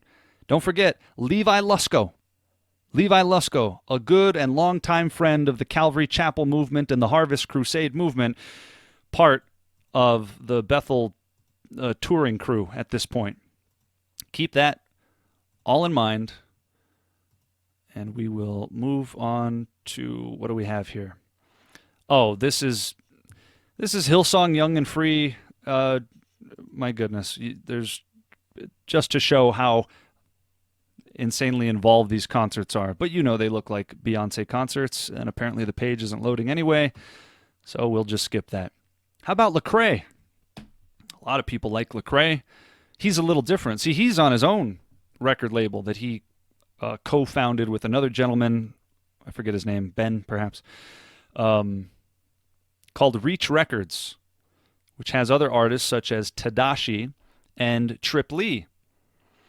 And some people have been concerned about Lecrae for a little while. We're going to get a few statements from Lecrae, who was at the Passion Conference this year and for several years prior. Let's just listen to Lecrae's general outlook at this point. A meal. Like, I just don't, I can see, I guess conceptually people say like selling your soul means like you're going to compromise your beliefs for some kind of success or something like somebody that. invited you get signed to your new label and they invite you to a party and you have to go to the back room where they're doing some kind of thing. You never had that happen? Not at all. If you know what's funny, like just transparently, is I've had more success both like in terms of like fanfare and financial from the faith-based market. So it's weird when people say, "Oh, you sold out for this." I'm like, this ain't like more popping in terms of like, you know, where they really paying and doing all this more stuff. lucrative in the faith-based market. Exactly. So I'm doing this out of love for my people. I'm doing this out of love for hip-hop. Well, a little bit of truth just came out there. It's more lucrative in the faith-based market. That's what it is for them. It's a market. You are a client and nothing more. This isn't worship. This is a market. It's market-driven. That's why there's no discretion about who they're touring with, who they're partnering with. There's none at all. Why? Because it's about making sales. It's not about proclaiming truth. And you might say, well, but I heard Lecrae when he was a young man just starting, and he sounded so rooted, so biblical. Maybe. Whatever he might have seemed to be at some point, that's not what's happening now. And this isn't new. It's just gotten progressively worse. But he says the faith-based market is actually lucrative. But that doesn't stop him from trying to be embraced by the world. Because once you are fully embraced by the world, there's just no question that the world is a more lucrative market. But make no mistake about it, the faith-based market is quite lucrative. And that's why you're seeing all of this. These people make a lot of money, and perhaps you're one of the ones giving it to them. How does Lecrae think of himself? Sure. You know, people label you a Christian rapper. They do. You're okay with that? I mean, you know, they label Chance a Christian rapper. They label Kendrick a Hebrew Israelite rapper now. I don't know. right. It's just like, you know, man, I mean, people going to say what they're going to say. End of the day, it's good music. It's good lyrics. You can find whatever you're looking for inside of it. And, you know, I don't call myself that. I don't go by any of those, like, you know, genre titles or whatever. No, he doesn't call himself that because he doesn't want to be put in that pigeonhole. In fact, within the music industry as a whole, they refer to the Christian genre as a ghetto because very often it's very difficult for people to come out of that. And these artists want to. And he has somehow found the formula to break away. He's doing everything in his power to not associate with the name of Jesus. No, get that on. Why? Well, because he's on worldly radio stations, being embraced by the so-called culture, right? I just make music for the culture. Lecrae wants to be as relatable and urban as possible now. It's all about the culture. It's not about Jesus. He doesn't call himself that. He's not a Christian rapper. Well, I don't call myself that. Here's Lecrae being way too cool for school at the Grammy Awards a couple years back. Listen. Yeah, well, I mean, you know, first of all, it's just even the labels. Like, I don't try to do gospel music. I'm not trying to be a gospel rapper. No. I'm a hip hop artist. You know what I'm saying? And so I just want to be honest about what I believe in my music. And so, you know, in the same way Kendrick is gonna be honest in his music about his beliefs, I'm gonna be honest about mine. And I just think if it's good, it's good. If it's good hip hop, it's good hip hop, and it should just be embraced. And that's really the aim for me. So I'm glad to be out here amongst people who do good music and who can appreciate good music. And some of it may talk about God, some of it may not. Well, when it comes to your music, man, you definitely are standing in a lane and league of your own.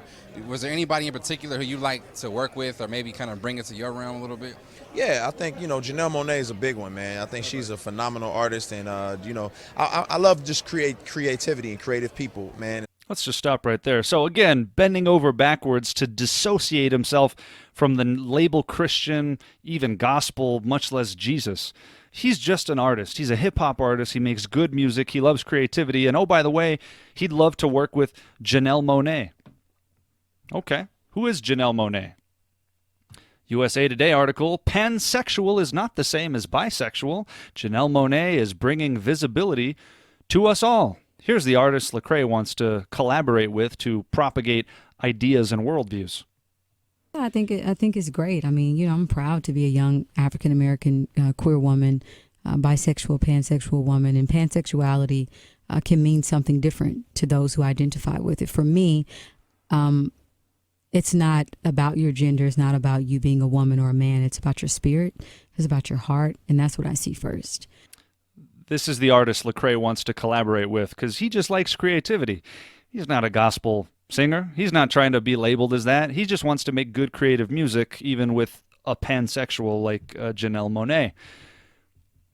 Who better to give ideology to the youth than this individual at Lecrae's discretion, apparently. Do you understand? Do you understand just how bad this is? This isn't any one individual. It's all of them. It's all of them. This is not a joke. It's David Crowder. It's Matt Redman. It's Matt Maher. It's Bethel Music. It's Passion. It's Elevation. It's Lecrae. It's Trip Lee. Wait a second. Isn't Trip Lee good? Well, Trip Lee is signed to Lecrae's record label. You can see right here at Reach Records. 1K Few. I don't know where they get these names. Andy Mineo, Gavi, Hulvey. The names are, this is just bizarre. KB, Lecrae, Tadashi, Tripoli, Wanda, I don't know. What up, Erg? What? I give up. I don't know. I don't know what's up, quite honestly. But here's Tripoli. He's one of the artists signed to Reach Records. All right. I wonder where Tripoli learned how to distance himself from Jesus. Maybe it was his mentor, Lecrae. But then at the same time, like when people hear Christian rap, which is not what I want to call myself, because they think of something very different than what I do. People hear Christian rap, they think, oh, this is music that he makes just for Christians to listen to. So if that's not me, I shouldn't listen to it. So that's why I don't want to call myself that. I just want to say I'm a rapper. And if you listen to my music, it's going to be clear that I do love God. And I'm going to talk about God. About God. Something like Lecrae. Yeah, don't call me a Christian. Yeah, you can listen to it. You'll find what you're looking for in there, but don't call me a Christian rapper.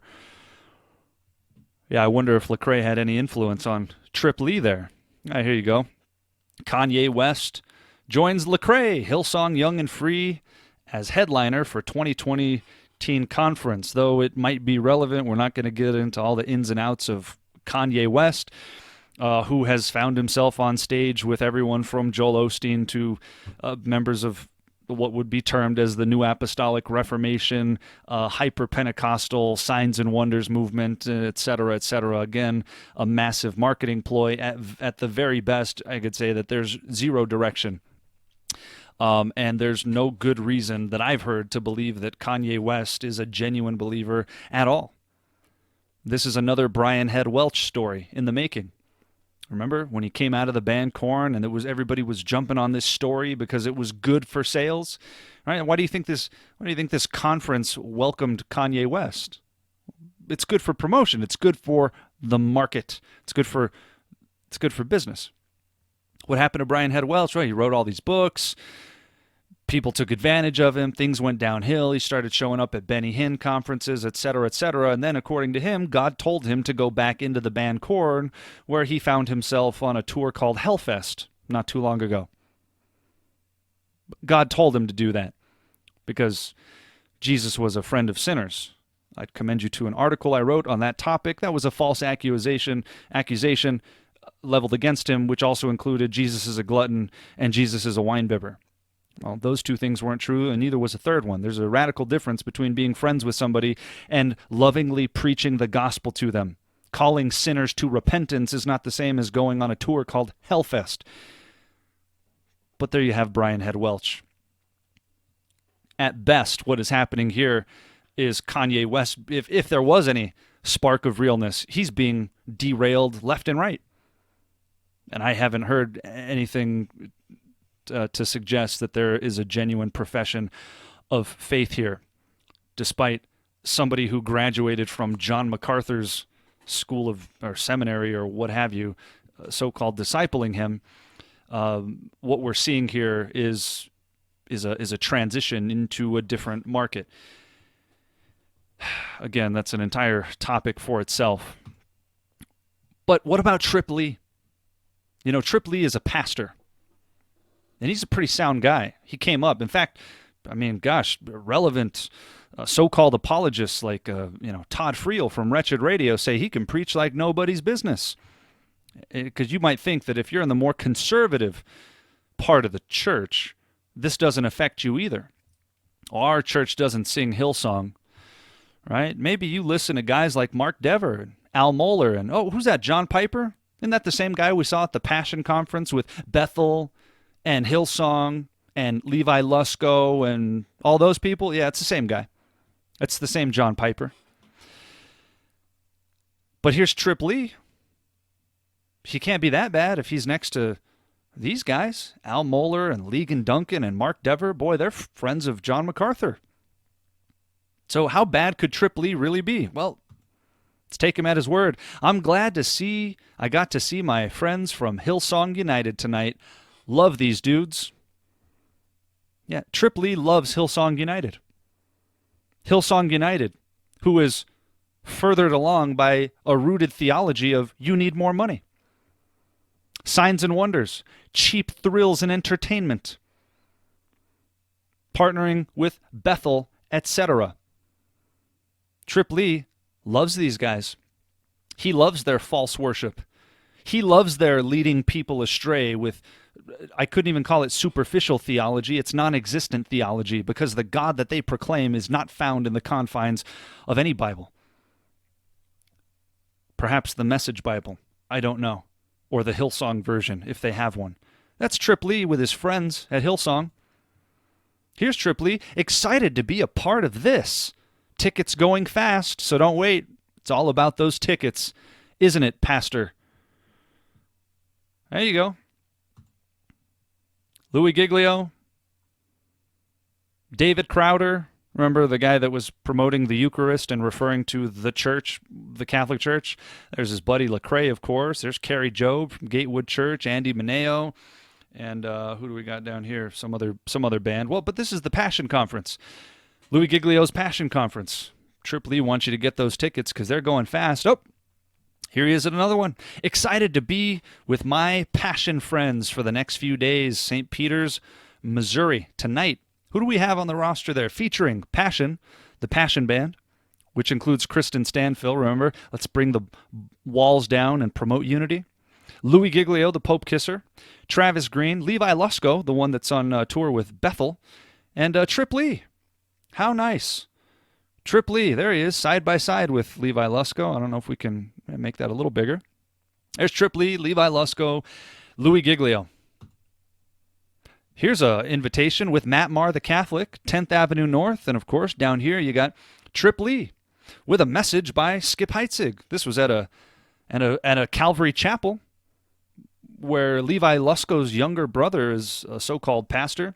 There's Trip Lee on stage just before... just before Matt Maher came on stage. Actually, he was just immediately before they took an offering.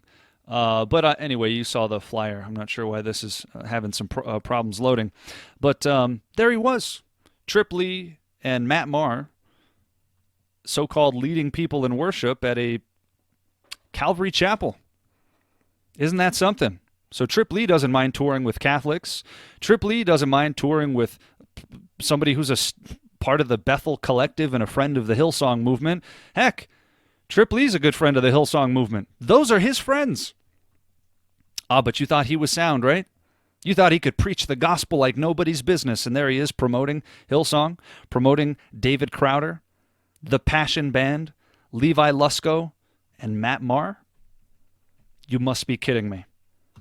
You must be kidding me, all you discerners who like Trip Lee. There he is on a massive flyer. Hillsong United, guest speaker, Trip Lee. So much for being sound in the faith, right? Trip Lee.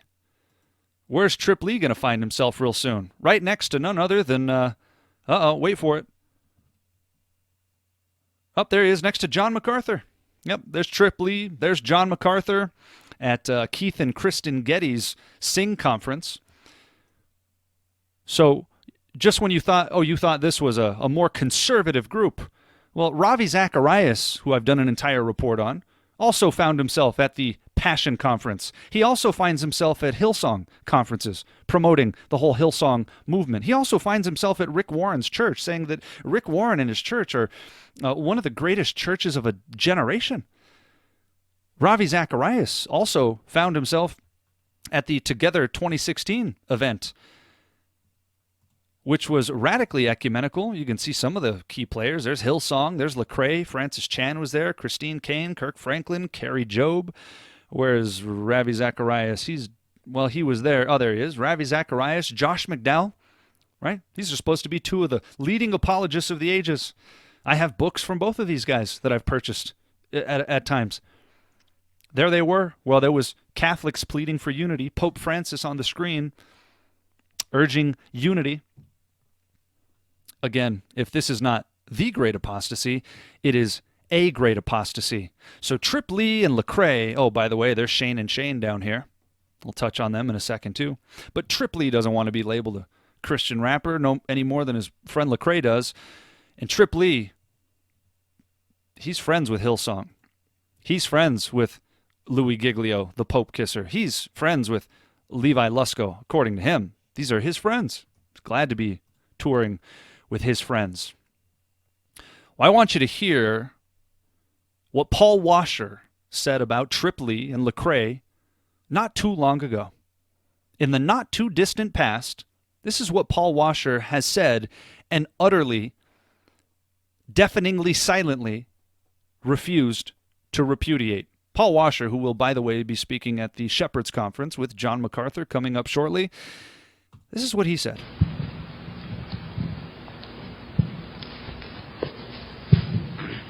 Yeah, what are your views on like Christian rap and Christian rock? Lecrae and Trip Lee are both friends of mine.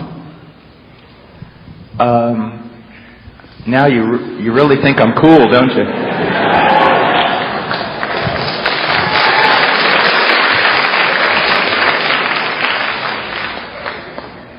But I consider it an honor for them to be my friends, not because they're rappers, but because they really seek to be men of God. And they are. They walk in integrity. But if they were here right now, they would tell you what they do is extremely dangerous. Well,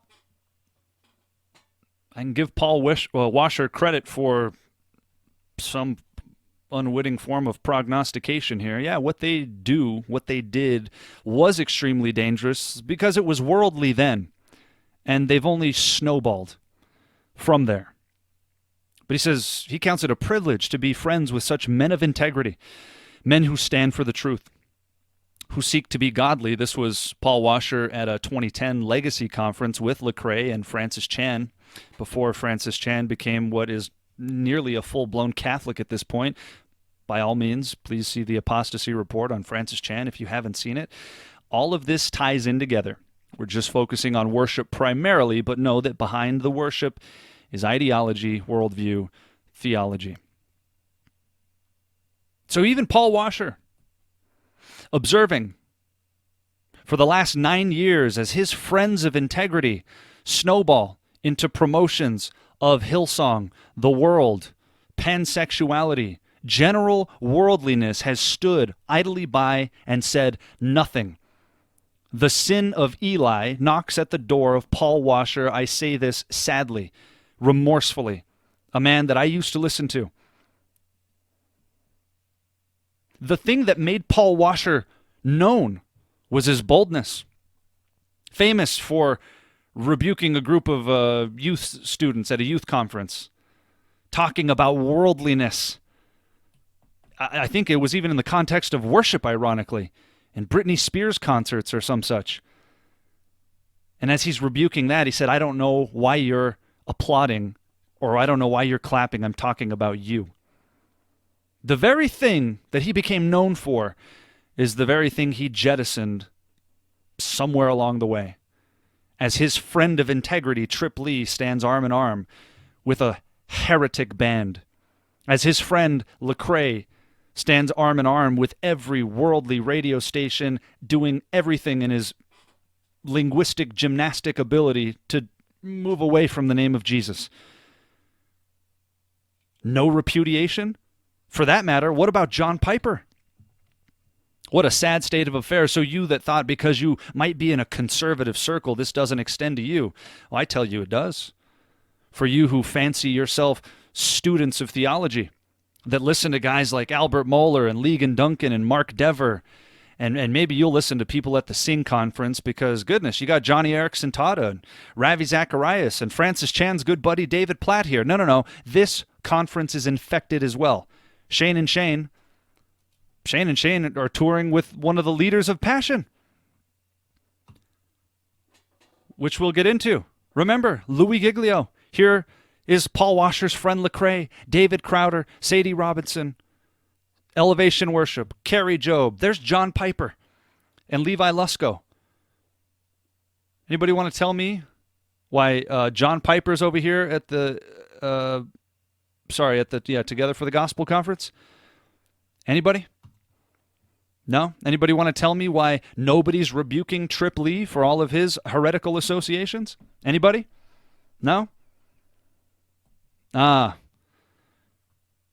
Right? People don't mind pointing a finger at Hillsong, but when it comes to Roost in their own backyard, then they got a problem with it. No, this extends to your friends Trip Lee and Lecrae as well. Ah, but I've heard him say true things. I'm sure you did. Does that give him carte blanche to do this? Trip Lee, in between Ravi Zacharias and Levi Lusko on tour with Bethel? Never mind that. There's Hillsong right below him. Christine Kane. This is a sea of heresy, and Trip Lee is a staple piece of it. He was there a couple of weeks ago. Elevation worship, coming with Stephen Furtick's wayward, narcissistic theology. Boy, isn't this something? What does Christine Kane have to say? You know what? I'm going to stand in the gap for my generation. Yes, we're going to throw away legalism. Yes, we're going to throw away misogyny. Yes, we're going to throw away racism. Yes, we're going to throw away lovelessness. We're going to get rid of the junk, but we're going to stick to the supply. His name is Jesus. They're only going to stick to the name Jesus. All of that was just clever language to cloak social justice agendas. That's it. Because what she means by misogyny and racism are not classical definitions. What she means is that if you have a problem with the biblical teaching that women aren't supposed to have authority over men in an official teaching capacity or eldership in a church, that's misogyny. Right? And if there doesn't appear to be enough diversity according to the standards of the world, then somehow you're a racist. That's all this is. So she's going to stand in the gap. Well, Trip Lee was a part of this whole nonsensical conference with Louis Giglio, the Pope Kisser. So here they are, a bunch of different conferences. King and Country, Skillet, John Christ, I think he got kicked off of this one. Lecrae, Crowder, Andy Mineo, Zach Williams, Mac Powell, Pastor Chad Veach, hireling Chad Veach, Rightly, Sarah Reeves, Ledger, KB, Tadashi, Disciple, Land of Color, Project 86, Fit for a King, 1K Few, Red Jumpsuit Apparatus. I mean, look at all these people. This is at the Uprise Fest. Okay? I don't remember that one. What up, Berg? All right. Death Therapy. Well, that sounds uplifting. What do we have here? Creation Fest, David Crowder, Skillet, Elevation, Hillsong, Kerry Job, Leisure, 10th Avenue North, Andy Mineo, right? I don't know who half of these people are. But perhaps you're familiar with some of these names. Do you see just how integrated it is? The Hunts, Nomads and Natives, Selena Lena. There's nothing about this looks any different than the world. So here it is. All of these different artists coming together, all marketing, all business, all entertainment, no truth. Or the truth that you get is mixed with so much error, it's impossible to chew the meat and spit out the bones. You're getting a completely tainted substance altogether. There's Soulfest 2020, Lecrae, Big Daddy Weave, Propaganda, right? David Crowder, there you go. All of them. Just a constant sea of nonsense. Switchfoot, Zach Williams, my goodness, Matt Maher. It's all the same people. It's everybody that you know in the mainstream Christian, contemporary Christian music industry. It's a big pile of heretical, leavenous nonsense. And they're all a part of it. Every last one of them, they wouldn't be in there if they weren't. You wouldn't get signed by Capital Christian Music Records if you went against the grain, if you objected. I talked to a young man, he might be older than me, but sounds young, really nice guy named Jason, who was part of the late 90s, early 2000s Christian band Justified. And we talked for some time about a lot of these things after the Skillet video. He said I could share some of this. This will be brief, but he confirmed some things that I had already intimated at, and then some. And began to tell me how they effectively got blackballed from the Christian music industry for daring to speak up about some things. For having a real passion and a real ambition to serve the Lord, and having a capacity to sing and so forth. not knowing how to express that, and then seeing things behind the scenes. Well, why are they operating this way? Aren't we supposed to be Christians? He toured with Skillet and John Cooper. So he confirmed many of the things that I hinted at and some more things I didn't know. And I believe it was, I'm going to share one particular story. I believe, if memory serves me correct, this was in relation to Matt Redman, who was playing for some pro-life event where they might hire, it was a fundraiser to help women thinking about abortion and so forth. And typically the singers are given they set the fee before they go to, perform at these functions. So the fee was already agreed upon. And apparently what happened is, as they do at fundraisers, they collect funds. It's the whole point of the dinner, right? It's a massive giving specifically for one universal cause. Nobody's getting blindsided with an envelope. They came there with the express purpose of giving to this cause, and so they've come to have dinner and so forth, and they brought somebody to sing. Well, apparently after the collection was taken for this charity, the artist in question, which I believe was Matt Redman, wanted a cut of that as well. The fee that they had agreed upon before he got there wasn't good enough for him. Then he saw that there was a collection taken up, and he wanted a piece of that. A piece of the collection that was specifically for to help mothers considering abortion. Now again, if memory serves me correct, I'm not saying that as a statement of fact, but I'm pretty certain that's how the story went.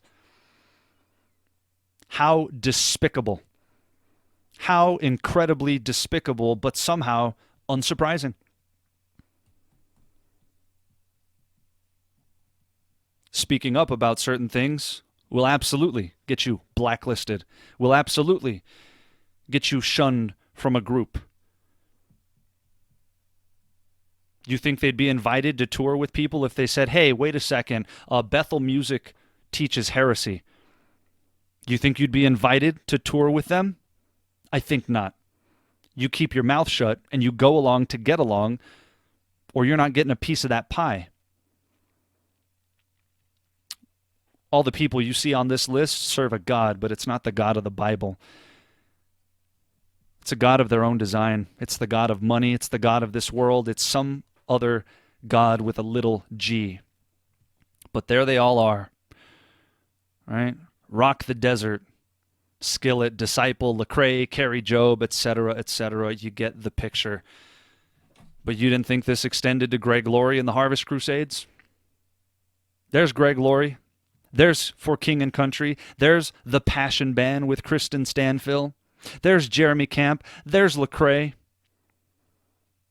There's Phil Wickham and Chris Tomlin, both tour mates of Joyce Meyer, the Newsboys, Daryl Strawberry. Greg always has to have some celebrity there. Yes, the Harvest Crusades are quite infected.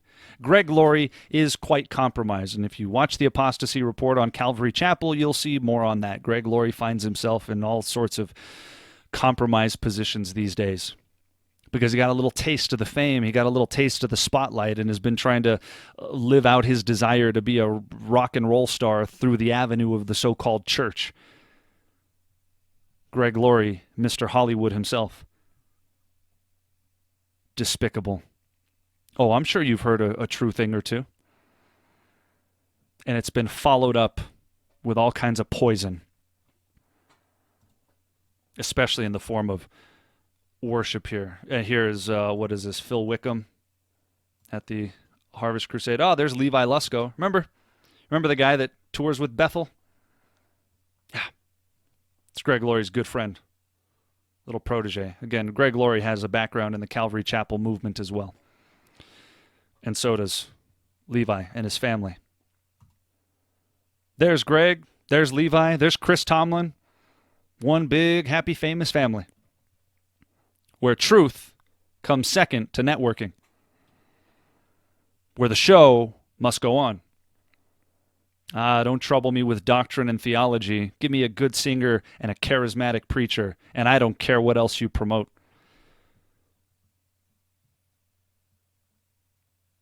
Hirelings, thieves and robbers, the whole lot. You got guys like Jack Hibbs promoting this? Hey, Pastor Greg, thank you. Thank you on behalf of our church, Calvary Chapel, Chino Hills, and can I say for believers across the land, because you've kept yourself clean, you've kept yourself usable, you've kept yourself faithful to the call of God in your life. Wait a second, Jack. Greg's kept himself clean and usable? Is that what you call the Passion Band? Whose leader, Louis Giglio, is meeting up with the Pope? Doing Hillsong conferences with Bethel Church? Driven by the theology of the heretic Bill Johnson, whose church teaches astral projection with children? This is insane. You call that clean? How about Lecrae? He wants to do songs with whatever, Monet? That's clean? Loving Hillsong? Loving the Grammys? Doesn't want to be called a Christian artist? You call that clean, Jack? Jeremy Camp, Phil Wickham, and Chris Tomlin touring with Joyce Meyer? Among other things? Embracing Matt Maher and his Catholicism? You call that clean? I call it harlotry. That's what I call it. I call this a whole batch of spiritually transmitted diseases. But Jack Hibbs loves the Harvest Crusades and just can't tout that Greg Laurie is so clean and usable and faithful. This isn't faithful. This is treason. This is ridiculous. But here's Shane and Shane. Hey, Shane here. And Shane. And Shane. I see what you did there. We are coming to you, Calvary Chapel, Chino Hills, January the 17th, 7 o'clock. 7 o'clock. All right, Calvary Chino. That's where Jack Hibbs is at. Well, there's Shane and Shane. Okay? Shane and Shane are closely connected to John Piper, who, don't forget, is heavily involved in the Passion Conference with Christine Kane and Bethel Music, etc., etc. These guys are very close with John Piper. No problem there. Who else are they close to? Here they are at the Linger Conference with, there you go, Trip Lee and Ben Stewart. And if you'd like to see a whole apostasy report on Matt Chandler doing conferences with heretics like Todd White, feel free to watch that one. But here's Shane and Shane touring with Trip Lee, who we've already established, and Ben Stewart. Who's Ben Stewart, you ask? Well, I'm glad you asked. Ben Stewart is the hireling at Passion City Church in Washington, D.C. Sound familiar? Well, that's because it is. Church, and obviously you know this guy standing next to me, Ben Stewart. You know him well, and I just wanted to say on behalf of Passion City Church DC, our entire team here, to you, Pastor Ken, and to all of you at Faith Bridge, we are so grateful for your generosity and support as we're launching out into Washington, D.C. with Passion City Church DC. And your love for Ben and Donna is Yeah, so Ben Stewart is under the direct leadership of this deceptive man who just had Bill Johnson at his Passion Conference last year. And this year might as well have had Bill Johnson, who finds himself at the Hillsong Conference with Brian Houston and the whole lot of them, right? The same Louis Giglio right here who's greeting Pope Francis. That's Ben Stewart. Ben Stewart is part of the Passion movement with Kristen Stanfill and the Passion Band that you saw touring with all these people. Well, Shane and Shane has no problem lingering with Ben Stewart, Trip Lee, Matt Chandler, and others. But you thought they weren't affected because they seemed a little more wholesome and bluegrassy or something. Well, I'll confess, they have great voices. I'm sure they're talented musicians. That does not excuse what's happening here. They have a whole thing called the Worship Initiative where they teach you how to play songs from everybody we just listed. Chris Tomlin, Matt Maher, etc., etc. They got a whole list of basically every Christian artist you can think of. Here's Ben Stewart, again, on tour with Shane and Shane, who Jack Hibbs invites to the Calvary Chapel Church. Here's Ben Stewart. Join us in welcoming Pastor Ben Stewart at the Kingdom Bound 2019 lineup. What is the Kingdom Bound conference, you ask? Well, here it was in 2019, last year. Well, you had for King and Country, you had David Crowder, Skillet, Bethel Music, Passion, Danny Goki, right? All the usual suspects and 1,000 others. And then, of course, you had Ben Stewart. Yes, Ben Stewart is very much involved with everybody we just talked about. All of them. No problem. Promoting Bethel, Skillet, never mind his own father of the faith, so to speak, Louis Giglio, who finds himself warmly embracing a man who could rightly be described as embodying so many of the attributes of the Antichrist that it's almost impossible to have a conversation about the topic of Antichrist without talking about the papacy. This is a total loss. This is not a light matter. All of them compromise from start to finish. Jesus culture, Hillsong, all of it. This is the 2020 conference. From start to finish, the Christian music industry as we know it is absolutely, without a doubt, completely corrupt. And I can tell you honestly, I'm stopping for time's sake now, this easily could be an 8-hour video. We have only scratched the surface of just how bad this is, but to give a complete overview, when you see Nicky Gumbel and Brian Houston in the Passion Conference and Matt Redman and Matt Maher, who's an open, outspoken Catholic, and Chris Tomlin, and on stage with Joyce Meyer and Phil Wickham, and down and down and down the line we go, Bethel Music and the crazy astral projection that comes out of that church, and Jesus culture, which is also an offshoot of Bethel Church, Hillsong, etc. All of these artists are touring together because truth does not matter to them. So what do you do? Now that's the question, isn't it? What do I do? You've just taken away all of my worship artists. Who am I supposed to listen to? Who do I listen to now, Josh? Who do you listen to? Well, I'm going to give you a brief answer here, and you might not like it. But there's a massive assumption in that question. Because this question presupposes that something is a necessity rather than a convenience, rather than a creature comfort exclusive to our modern era. It was only about 60 years ago, maybe 70 at the earliest, when there was any form of privately controlled music in a vehicle. Some older vehicles had record players put in them. And then around the mid-60s, the 8-track tape came into your vehicle. Prior to this, you were at the disposal of the radio. And prior to the invention of the radio, well, this just wasn't an option. It is a convenience that we get to listen to people singing. This is not a requirement or a necessity. But look how accustomed we've become to our modern creature comforts. You know, the apostles didn't just get to pop in technology and listen to somebody sing to them. You know what they did? They had songs that they sang to themselves. It doesn't mean things weren't written. Book of Psalms. Written where good theology abounds, which comes first before you start singing. Who am I going to listen to?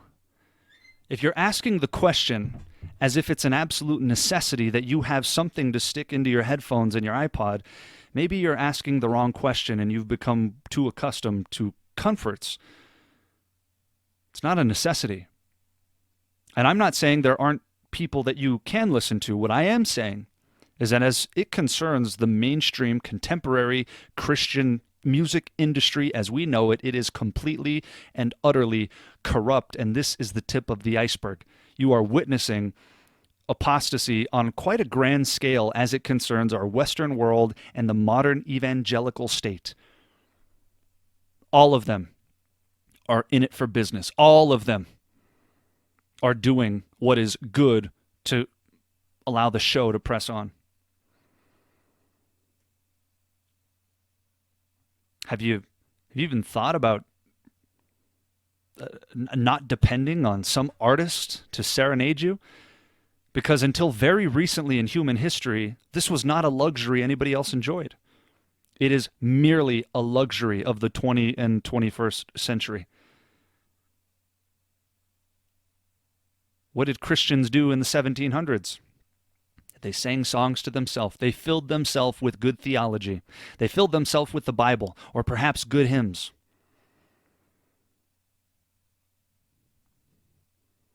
You get yourself an old hymn book from a couple hundred years back, and you compare what's written in there to some of the lyrics you find here. Tell me there's not a chasm of difference. I don't know who you should listen to. I'm not saying you should listen to anybody. Maybe you can find some nondescript choir. Maybe there's some good old hymns sung by somebody. I think there are people who do produce music who aren't part of this. You're not going to know their names, though. They're not going to show up at your church because they're not a part of that circuit. And the only way to become a part of that circuit is to be marketable and to compromise. So you might find some people here and there. The internet is a vast region. What I am telling you is that if your church is supporting the ministries of anybody we just listed, you are sitting under, at best, the leadership of a negligent buffoon or a hireling. And if you show them this video and they have an objection, he's too opinionated, that's too rash. If they give you something other than a sound argument, a sound biblical argument against this, by the way, if you have questions about some of these things, please see the video I did on guilt by association, which this is not. These are clear-cut instances of cooperation, partnership, and arm-in-arm Amos 3:3 fellowship. You don't get to link hands in fellowship with people promoting falsehood and not get tainted yourself. And if somebody tells you otherwise, that person is not fit to teach anybody. If they say that truth doesn't matter and you can have fellowship with somebody like Bethel Church, you're sitting under the direction of a hireling. Now, this is largely going to apply to most megachurches, which I would say are fundamentally wrong in the first place. But I don't doubt that there are real Christians sitting in them that need to come out. And perhaps, just perhaps, this might be the wake-up call you need to see just how bad it is. And when you voice your concern to that associate pastor, hey, did you know Chris Tomlin's touring with Joyce Meyer? Did you know Matt Redman leads worship for Joyce Meyer and finds himself at the Ecumenical Holy Trinity Brompton Leadership Conference with Pope lovers and all sorts of stuff with Nicky Gumbel? And they say, who told you that? Well, this song is good. Sometimes he sings and covers old hymns and they're good theology. What's it to us? That person is a hireling. And you would do well to run away from them. A little leaven leavens the whole lump, and it will leaven you too. If you tolerate error, it's a matter of time before you'll be blinded by it. And if this is God's means of sending you a wake-up call, I pray you listen, because this is not a joke. And this has been a long time coming. And again, any one of these people could be talked about. And please view some of the other apostasy reports and see how all of this is integrated. This is on a massive scale. Everything that we know in American evangelicalism, this whole circuit, the modern church operates much like a talk show, which is an entirely different topic all by itself. They've become platforms for these artists, publishers, record labels to promote their artists and to sell their wares. And you'll find many of them on tours, touring from one church to the next. Conveniently around the time they're selling a new album. It's not an accident. That's what you see in the world. That's what you see on late night talk shows. There's a movie coming out. The celebrity goes to sit down with the late night talk show host to promote the movie. Oh, you got a new book coming out? Well, the book publisher's going to put you on tour to go to this mega church and that mega church and all the way around, but it's massive in the music industry. And because the so-called worship experience has become arguably the centerpiece, the drawing lure for the modern evangelical church, they have to imitate these people because business must go on for them as well. And they're not going to chance dwindling numbers for the sake of integrity and truth. Nope. We'll create a stage show that looks like Beyonce, even to the world. That's how they describe it. Boy, this looks like a rock concert. Well, that's because it is. It's worldly. It's sensual. It is there to entice you. And they are battling for your mind. And if you don't guard your hearts and your minds in Christ Jesus, again, it's a matter of time before you will be blinded by it all. God forbid. I pray this has been of some help. Until next time, God bless and Godspeed.